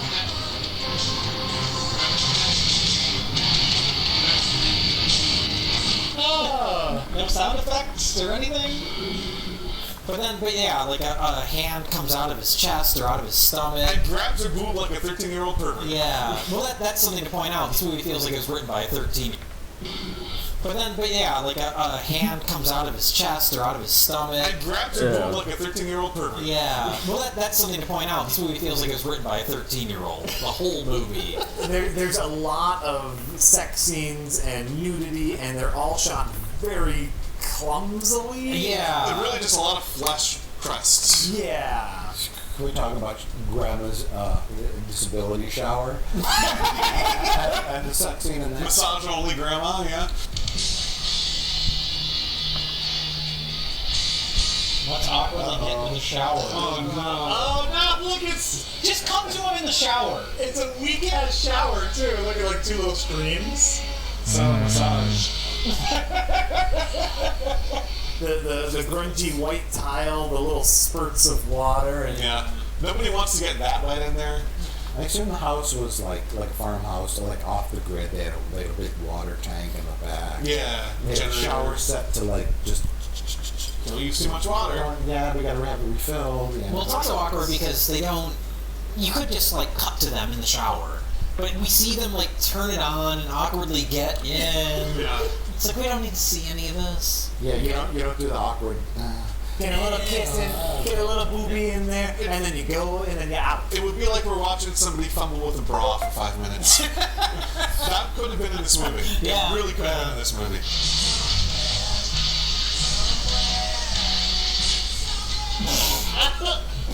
Why? But here's the thing. As we get to the end, finally John Micklethorpe's girlfriend is taken over by the demons, and then John Micklethorpe does some dishes. And is that after John Micklethorpe left, when John Micklethorpe showed up? Did I did. Did I? That's fine. It doesn't matter. Alright, whatever. What? No, I heard a noise. I just moved my legs. Is that what it was? It sounded like it came from back Oh there. no, I started to slide. Oh. Are you scared of ghosts? Apparently no, I'm scared of spooky ghosts. The movie gets just a little too wacky at this point. It almost seems like he is like being so dumb. He's ignoring all these signs of demons. Like a demon shoots himself at him, and he's like, "Whoa, I dropped my pen." Yeah. Very slapsticky. Yes, for just like 5 minutes, it gets kind of wacky. And then the girlfriend shows up. You haven't been listening to me. I told you they were dead. And so Oh my god! Whoops. Really? She fell down. She fell down. No. She. This is. This whole reveal is like it took the movie to. Well, I was gonna say it took the movie to a higher level. For us. For us. Enjoyment. It's also embarrassing. The entirety of the movie before this seems like it would have been like a shitty horror movie ripoff. It turns out it was supposed to be. You see, I do know. What's our worry? The others don't band your groupies. What of them? Never hear, Bob. Merely shadows I created to entertain your little friends. Oh my god! Just characters I've used in horror movies. I think they're all alone. What? I knew if I pissed you off long enough, you'd make a personal appearance. Is he an angel? Yeah, of course he fucking is! What? He's Thor!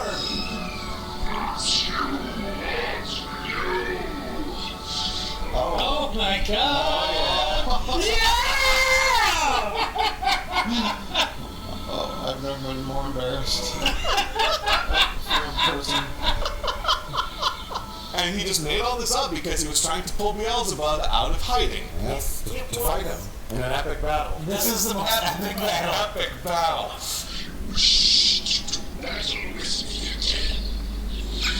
It sure seemed like a good idea at the time. And it's a great idea right now.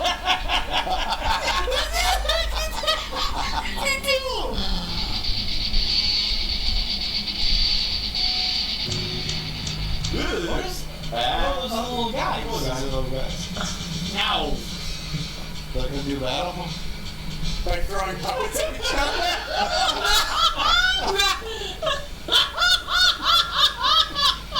Holy shit. Why did this become awesome?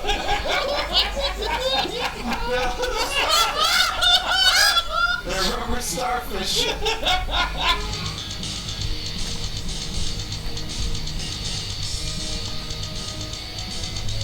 I don't really care if they keep doing this for another hour. This, As long as the score keeps fucking rocking. this has turned into the best. Oh, hang on. Oh, wait.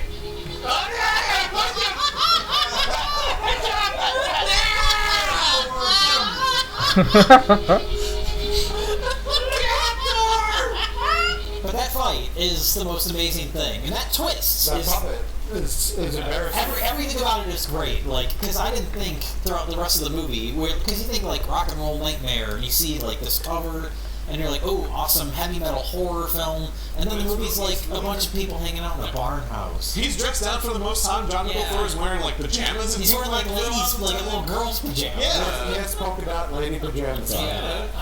So you kind of like, oh, this isn't what you think this movie's gonna be. We're used to seeing misleading images on our This looks like the cover of Deathstalker 3. Yeah.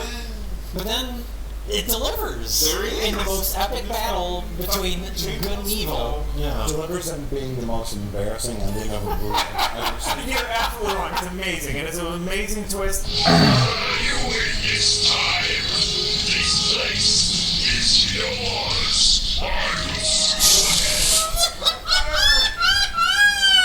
Firework in front of the camera.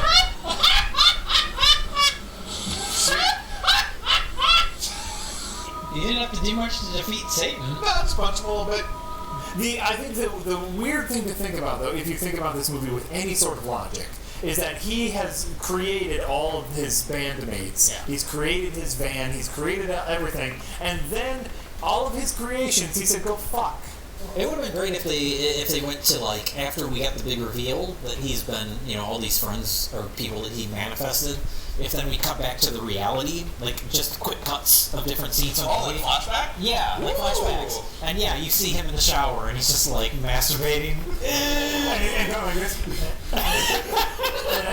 And then we cut to him rocking out with his band and it's just him. It's just him playing bass, doing dishes, still doing dishes. But yeah, honestly, when you mentioned something about this being the most embarrassing ending, it's not even the most embarrassing ending of the night. Either of these movies is more embarrassing at the end than Rock and Roll Nightmare. That's a tough call.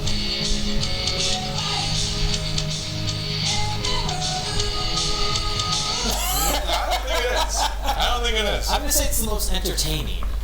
That's fucking. Come on. Filming an underage girl in a mall with your cell phone. Most embarrassing.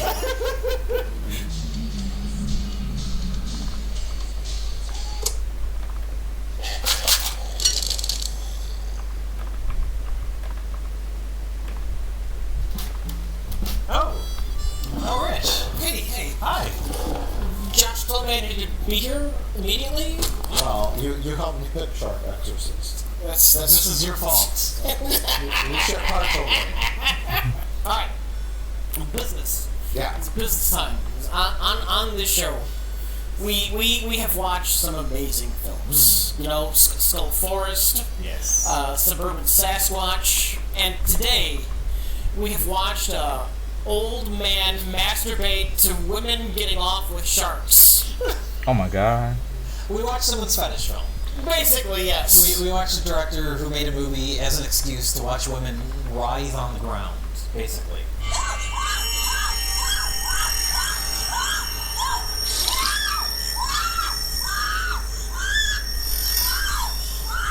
That's I don't like that. I don't like this movie. I don't think we've seen this level of blatant sleaze since D.B. Cooper versus Bigfoot. Yeah, this is the other side of that. And sadly, this is one step above that. I was gonna say one step below. This is worse than D.B. Cooper. D.B. Cooper meets Bigfoot. Yeah, D.B. Cooper versus Bigfoot. I had a better story. Yes. I don't think I can agree with that. I understood the story in that one. I don't know. I have no idea what There happened. was a lot of like shirtless hiking. but it had a better story. But you understood what was And it made more. There wasn't much story, but you understood what was happening through the whole thing. They might have a point, and I knew what happened at the end of D.B. Cooper versus Bigfoot. Yeah. Whereas This was like the Return of the King. It had multiple endings, and I didn't understand any of them. That's true. The end of this is probably one of the most off-putting thing we've done. Yeah. We should point out, like, you hear the title Shark Exorcist, and we're like, oh, is this going to be like a Sharknado, like a... Asylum. Yeah, like an intentionally bad thing, because those aren't fun. But we previewed a couple minutes of it, and we're like, oh, this seems to be taking itself relatively seriously. Let's watch the whole film. Oh, whoops! Whoops!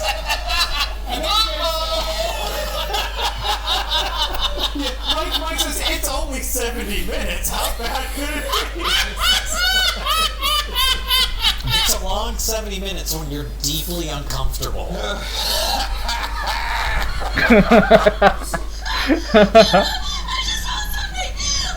Oh man, I don't like the legs. This movie starts off with a satanic nun who murders a woman for reasons that are never explained. Yeah. And then beseeches Satan to just have a demonic shark come. Mm-hmm. Yeah, it's not even like just a shark gets possessed by a demon. It's just... And she just manifests a demonic shark. It's a demon shark. So there is a pre-existing demon shark, right? Yeah. This shark exists. Sure. I guess. I think it's the spirit of the demonic nun that inhabits the shark. But she doesn't die. Lord Satan, accept my sacrifice. Send me an avenger. Then we cut to modern day. And there are Modern day is 1 year later. It was 1 year later, yeah. Oh, sorry. Technically speaking, that is modern day. Right. Three ladies are going to tan at the beach. Yes. Neither are accomplished. Yeah. Well, two of them are very disappointed when they realize that the beach isn't a water park. Yes, the one girl wants a water park. Yeah. Okay, this is not a water park. It's just a lake. Just a plain old normal lake. And that's like the big one, that's some kind of monster water slide, right? Nope, sorry, it's definitely a lake. Well, is there at least a wave pool? Turns out there is no beach. There's no sand. There's like a muddy, dirty, grassy, like park. It looks more like a river than a lake, and nothing is what they say it is. There's even a no swimming sign. The cameraman and the crew aren't blatantly in the reflection on the car. That's something. Oh, Jay. Could be worse. I know. You can just see Donald Farmer right there. Oh, there's the Down. Alright, never mind. It's not the. Could be worse. I know. Car. That's something. Oh, Jay. Could be worse. I know. Is what they. The cameraman and the crew aren't blatantly in the reflection on the car. That's something. Oh, Jay. Could be worse. I know. You can just see Donald Farmer right there. Oh, there's the Down. Alright, never mind. It's not the Miami Beach kind of area that the filmmaker probably envisioned with sharks. Right. So one of There are no sharks in rivers in Tennessee, which is where the film Like, is. this is a demon shark. It can swim in rivers. If it's swim in water, that's this. It can swim in water. It's the secret. The shark swims in a chlorinated pool at one point. It can go wherever it wants. True. That's oh god. In the most uncomfortable scene Yeah, ever put to film. we'll get to that, everybody. Which one? When the adult, The pool scene. the adult woman who may or may not be an adult playing a child, or being an adult playing a. Is that more or less comfortable than the person who might actually be a child later on in the movie? And the mall. Can we just stop talking about the movie? It's the mall outside of Clinton. We don't need to keep doing this. Yes, Jay, that's our job. We're doing service to the community.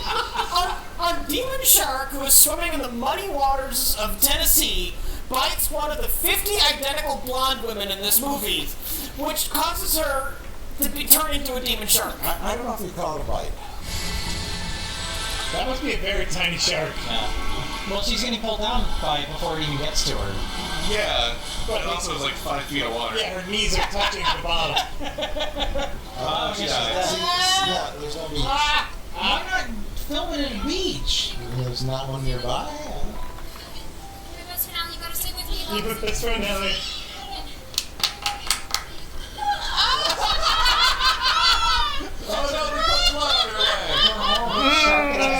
Not bite. Still speak too long. That's not a life-threatening shark bite. It's not a bite. It clearly is. Shark wasn't anywhere near. Nothing happened. That's not even a wound. She spilled some ketchup on herself. That's the best you It's can like the do. shark swam by and then one of its teeth just fell out and Yeah. grazed her leg. And then they put fake blood on her. Well, someone stole this footage. Oh, that's sad. No, they totally filmed this. They get permission from the hospital. Yeah. They don't just secretly walk Whose around. mom were they visiting in the hospital? Right. For context, the director, Donald Farmer. Donald Farmer, Old McDonald. who has a cameo in the film as a TV news reporter. Right? Oh God, and he looks like exactly who you would think made this movie. Oh, At first, I thought he might be the cameraman for the ghost hunting show. Oh, damn! Hello, I'm Nancy Jenks, and welcome to another episode of Ghost Whackers, where we explore. Zach Nuggies does that all the time, right? With the fingers. Ooh. No, there's that's him. Shooting it on the handy cam? like a overweight pervert, but he's an elderly. He's an elderly overweight pervert.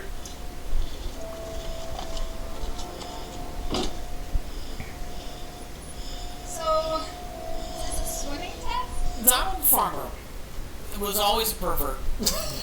But he got to the point where he was so old that eventually his money wasn't enough to get the babes anymore, so he had to make a shark movie.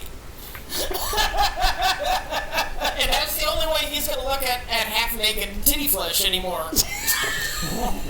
Well, it's important to point out his fetish. There's no like actual nudity in the movie. Right. That's not his thing. His thing is watching women in bikinis writhe in the dirt.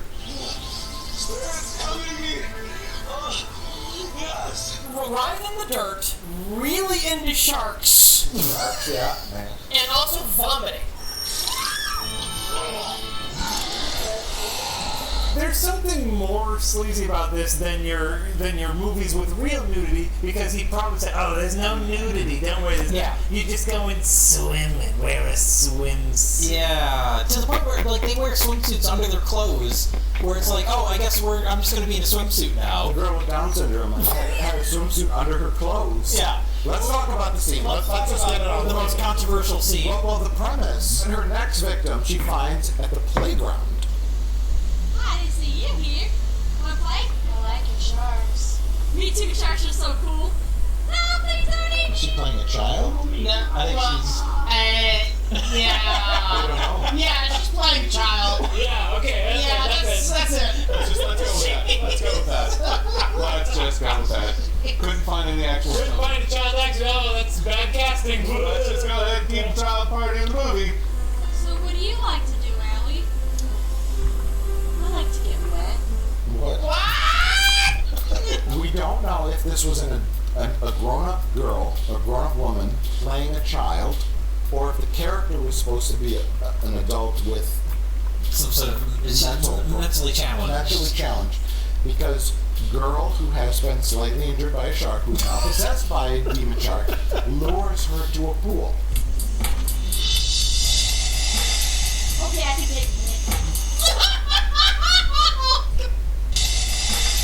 Okay, I can take it. I thought you were simple. Demon Shark Lady tries to seduce her. She does sexual things either towards a child or to someone with mental problems. And also wore a bathing suit under her clothes at the children's playground. Yes. Yes. Yeah, none of it adds up. All problem, all bad. All problem, all bad. Why not do like a lesbian thing? Like, come on, let's go see. Too edgy. Well, no, because then you can be sexy, right? But she's supposed to be playing a child. Yeah, I think so, and that's terrifying. No, I think even worse. I think she's playing like someone with mental problems. Yeah, I think she's supposed to be mentally Oh, challenged. God. I don't like it either way. That's fucked up. Yes. Especially since there's an erotic element. Yes. It's bad. Is it better if she's playing a child? No, I don't know. None of it's good. None of it's good. Robert Farmer, Richard Farmer, whatever his name is. Donald Farmer. Donald Farmer. Stay away from his productions. I'm sure. Well, actually, this is 2015. Released in 2016. He's probably still making movies right now. He's working on his big octopus film. Oh no! So many suckers. There are girls being born in Tennessee right now. that will appear in, That someday will be in a Donald Farmer film. he'll be 78. And, Get in your swimsuit. Roll around in the dirt. How do you feel about vomiting on there? Pretend you're having a seizure. You're possessed or whatever. The shark. Lick the shark. Well, we gotta talk about the Ghost Whackers show.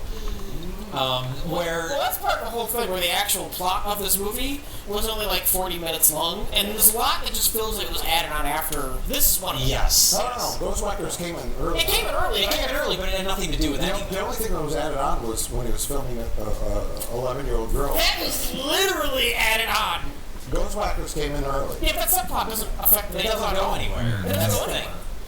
On our last episode, I attempted to make a psychic connection with those who died. Why are you talking to me? This is so confusing. Why do you keep looking away from your cameraman? I really don't think the actual show was just her not facing the camera for like minutes on end.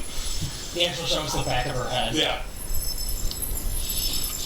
I'm Brianna Bennett from Ghost Fakers, and I've been on these shark attacks since they first started, and that's just what they are, shark attacks. No ghosts and no demons. Where's your cameraman? Yeah, he just went over to steal her cameraman. If you say it's to her cameraman, he can edit it out. Yeah, you was from her show. It's not live TV. Right. It's just So, and he's like, I guess I'll shoot. I don't know. I love like in how big he is. Yeah. He's like, Do you think the actress forgot which camera was the real one? Because they were both that same little handy Yeah, cam. she was like, I'm gonna look at this one, and Donald Farmer's like, I don't give a shit. He's like, fuck, I don't care, just ride around and over and pretend you're possessed. We gotta get through this in a puking scene. That's very important. Regurgitation.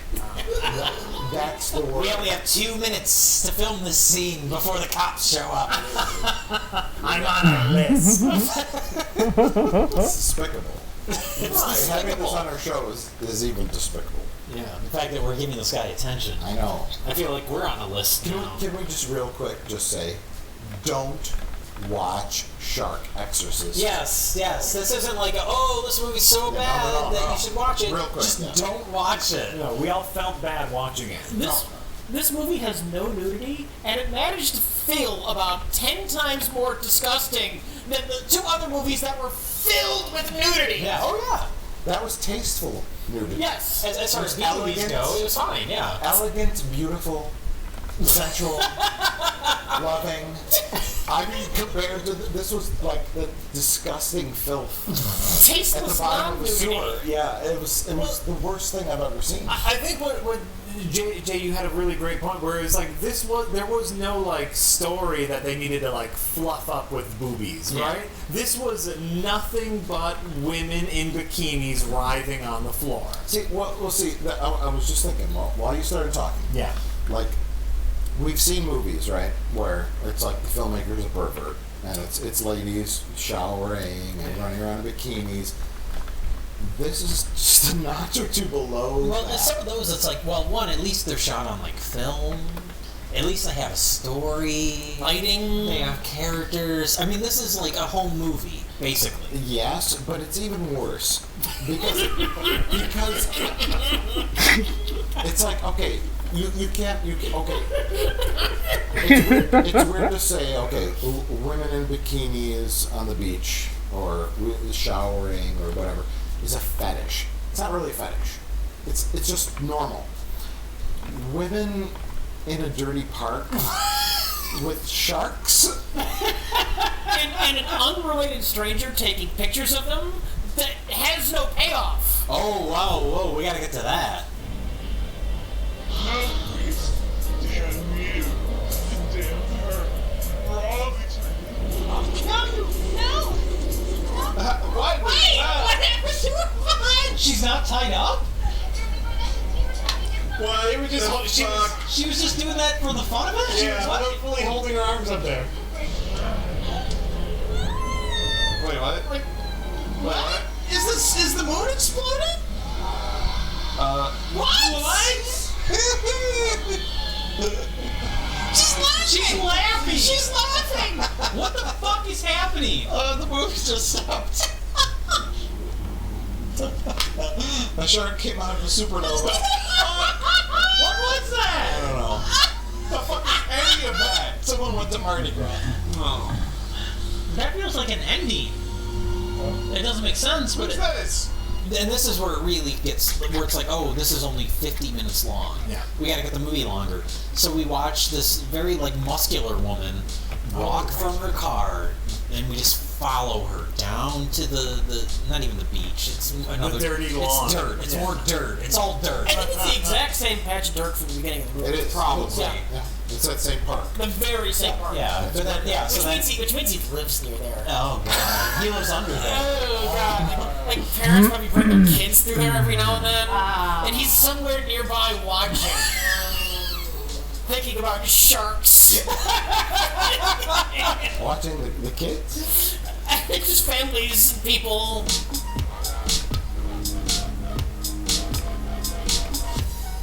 And it goes on, and it's like 10 minutes after the story of the movie is over. The story's done. The story's done. And Resolved. this is just a thing that happens.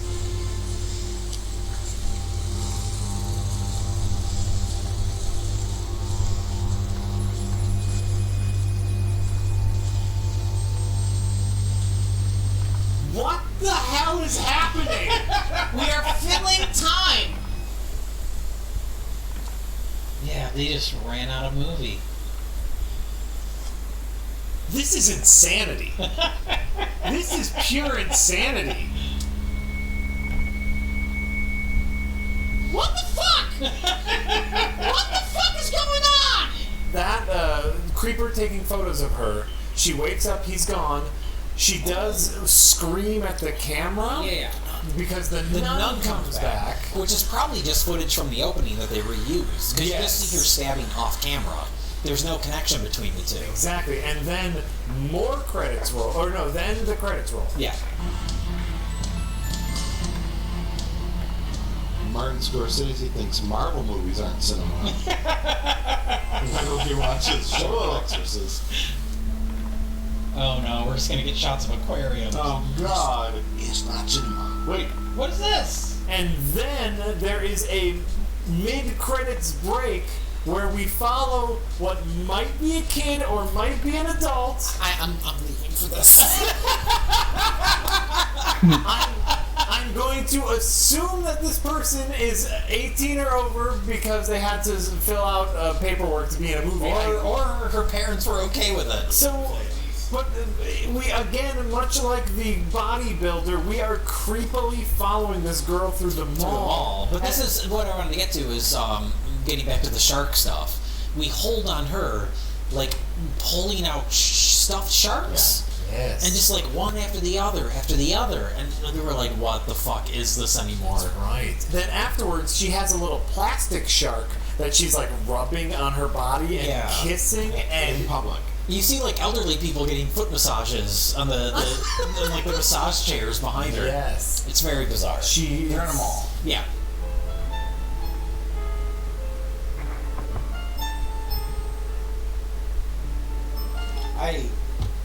I don't know. I get it. I mean, it's clearly not a movie anymore. If it ever was, it's not now.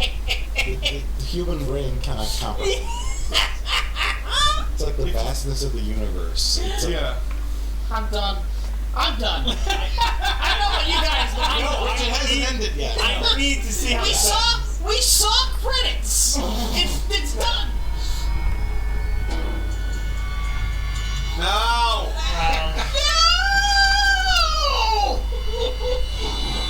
Don't lower it out of frame. No! What? Oh. What? I think Donald Farmer is a man whose mother had a seizure while spanking him for watching Jaws. Was he masturbating at the time? Yes, he was. Yes. You never know when those wires are going to get crossed. Well, I think the point being that don't watch Shark Exorcist. No. Do not support this film or anything this man does. Even if we've made it sound funny or weird, don't do it. It's creepy, man. Don't It's do just it. creepy. It crosses that line in a big old way. We're different people than we were at the beginning of the night. Yeah, we've seen things we shouldn't see. Yeah, and that was Shark Exorcist. Demon, be gone! We're gonna need a bigger cross.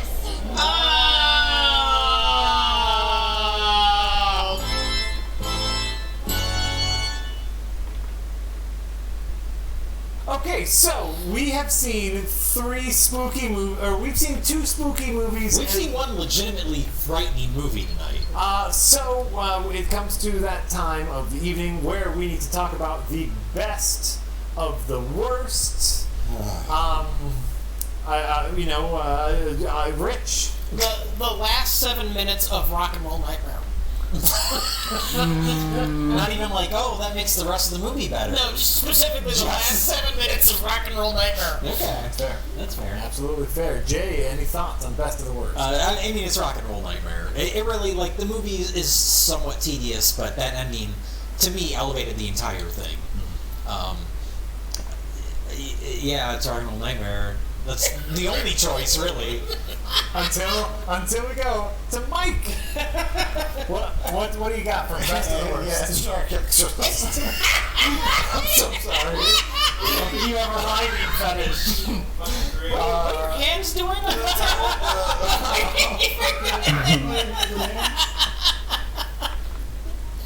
table? I appreciated the bad puppet of Beelzebub with his rotator cuff arms. And the epic fight between He-Man and Satan, but it didn't make up for the first 90 minutes. Oh no, you're not really picking Shark Exorcist. Pardon me. You mind? I do actually. If you're picking Shark Exorcist, I do mind. Yeah. You shut the fuck up. It's my time to talk. I just want to understand if this is the movie you're picking. Maybe some weird fetishism. To be the best movie we've seen tonight. No, best of the worst. I know. Well, obviously no, Jacko. 90%, 10% fun. Yeah. 100%, whoa, something else. Even if it was made by a sick fetishist, it was new to the palate. Palate may not have been the best word. Mike, what does dirty seizure porn taste Dirty shark seizure porn. It was weird. I'm going with Shark Exorcist as best of the worst.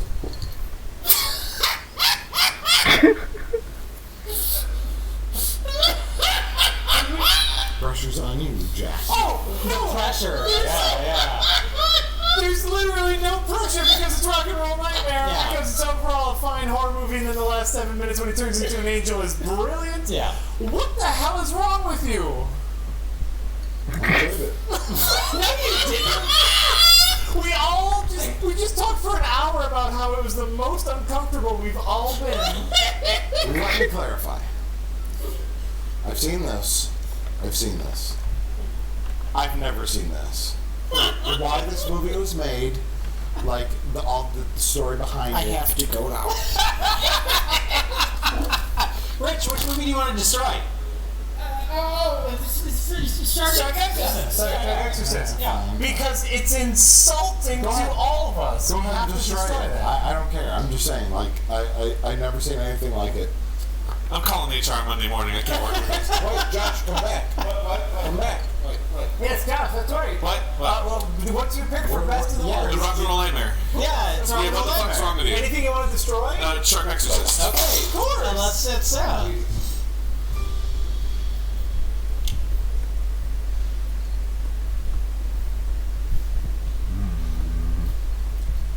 Happy Halloween.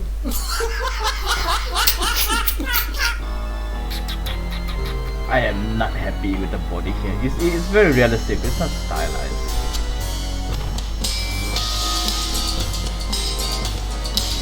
I think I'll have to revisit this tomorrow.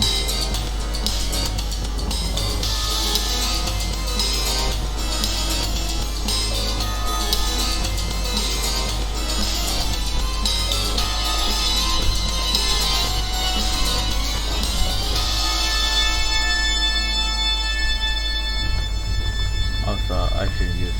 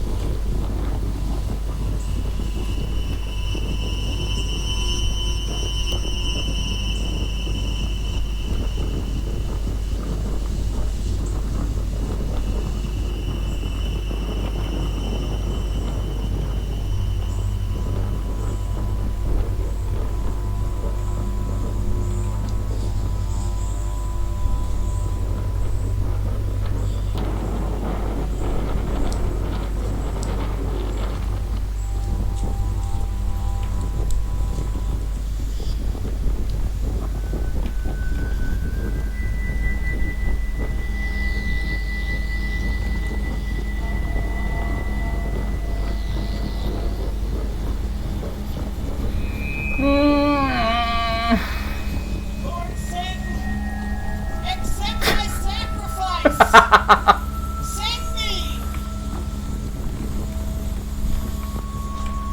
An Avenger!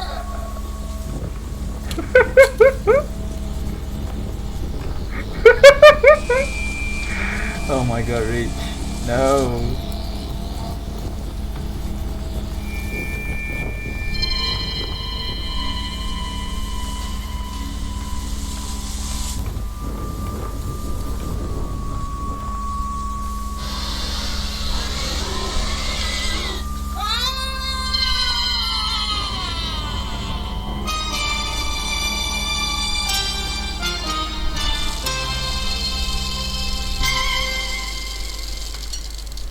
Nah, I don't like the hair. I gotta figure something out. Maybe.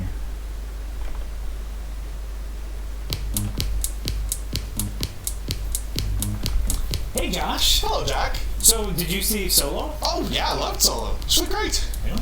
Yeah. Yeah, it's my favorite Mario Van Peebles movie. Did you just carry that around with you? No. Oh, it was for the joke? No.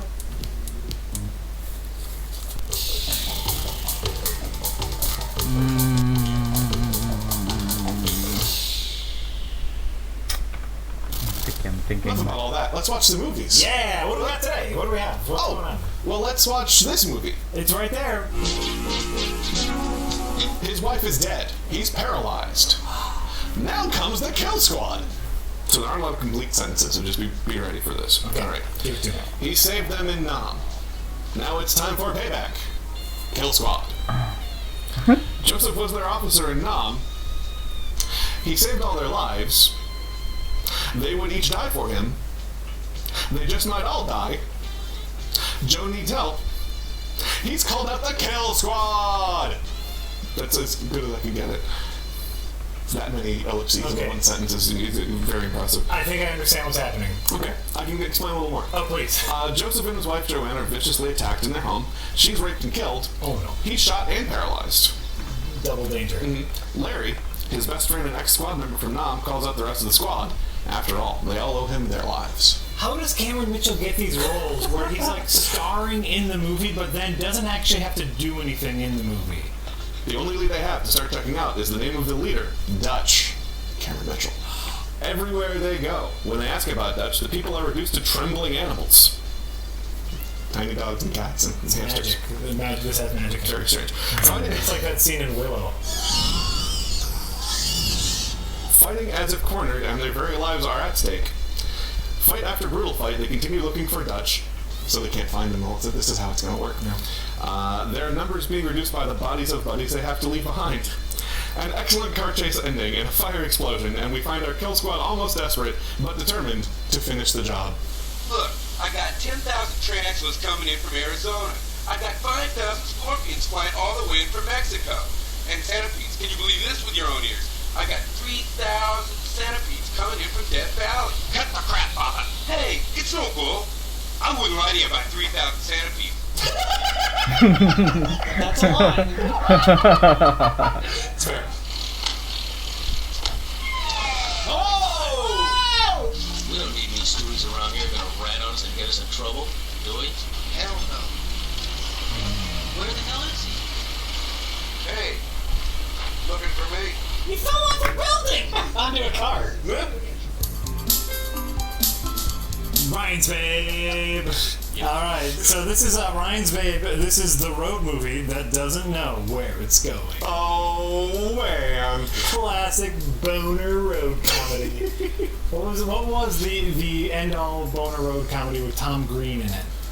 Was it just called Road Trip? Yeah. Videonomicon proudly presents for the first time on DVD Ray Romeo's road trip cult classic, Ryan's Babe.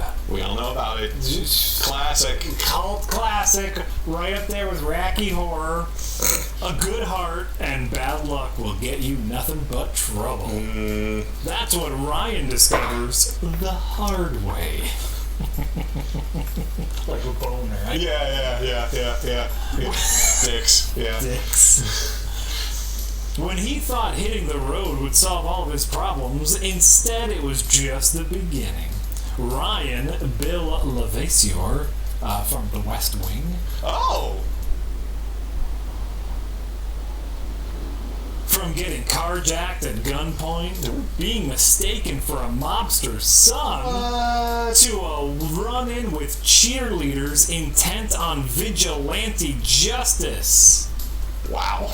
Ryan barely escapes one mess before landing in the middle of another. Oh boy. Oh, you can't win. Finally able to go home, Ryan... Well, what? No, just I was wondering where he was going.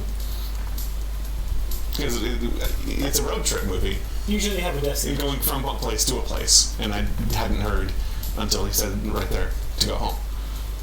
Well, he's going home. Yeah, from where? From where? Or to where? Did he go somewhere and then go back home? What? What? What? What? What? Wait. Wait, what? Wait, what? Wait, what? Wait. What? What is this? What? Where are we now? Wait. What is happening? Wait. What?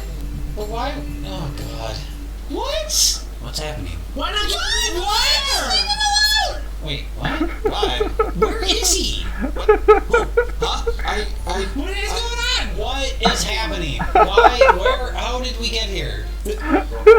What? What? What? Wait, what? Why is this happening? What? Hey, I like this hair. He doesn't look like he might work. Shit!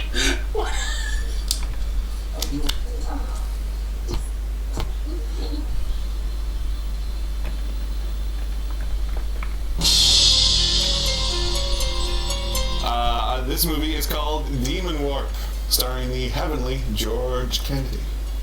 Ah, most famously known from the Naked Gun series or Police Squad. A vengeance-crazed hunter searching for his daughter. 5 youths stalking an inhuman mutation. They have just stepped into the alien-spawned realm of Demon Warp, and a wave of unearthly terror is about to begin. So the demons are aliens? No. Okay, you're right. Or yes, maybe. Okay, you're right. Because the Demon Warp is a realm. Oh, it's a realm. Which is alien spawned, which may or may not have anything to do with the vengeance-crazed hunter, or the 5 youths, or the inhuman mutation, or the daughter. There's lots back in. Enter a primeval world of future shock and alien terror. Demon Warp. A transmutation into terror. They're going for it in this fucking thing. We don't want to make it too complicated because we're gonna animate so this girl. And I don't. That was just the front of the box. That was just the front. I thought that was the whole thing.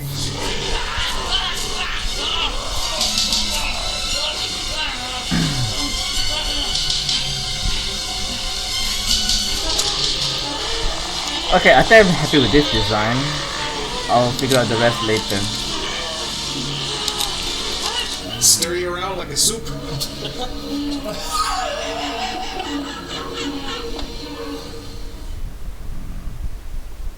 You know, it occurred to me, I don't think, Jack, that you have ever introed the movies. I don't know if you ever have. I'm sure I have. Have you? I don't know. Well, tonight we watched 3 movies. The first one was Kill Squad. You blew it. You are dumb.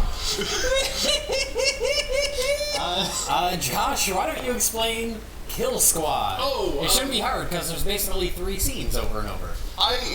Basically I could explain it by retitling the movie to Kick Squad. A fella and his wife, they're good business people having good business times. Our company is doing so good, Joanne. You know, this quarter will surpass last quarter in gross receipts, with new orders coming in every day. And next quarter will be even better. Business. Who cares? We're general business, but good. Numbers go up. I'm a businessman. You are a disinterested wife. As far as I'm concerned, the company can do without your friend, Mr. Pierce. Why, Joanne? Is it because he's black? That's what the wife said. I wasn't expecting such biting social commentary. Because he's black. Let's not gloss over that. Why not? The movie does. We were just about to gloss over the fact that his wife is pretty racist. Alright, I think I'm gonna wrap it up here. We'll figure out how her design soon. This is on me. I rarely draw women for whatever reason. So anyway, thank you for joining me. I hope to see you guys next time. Goodbye.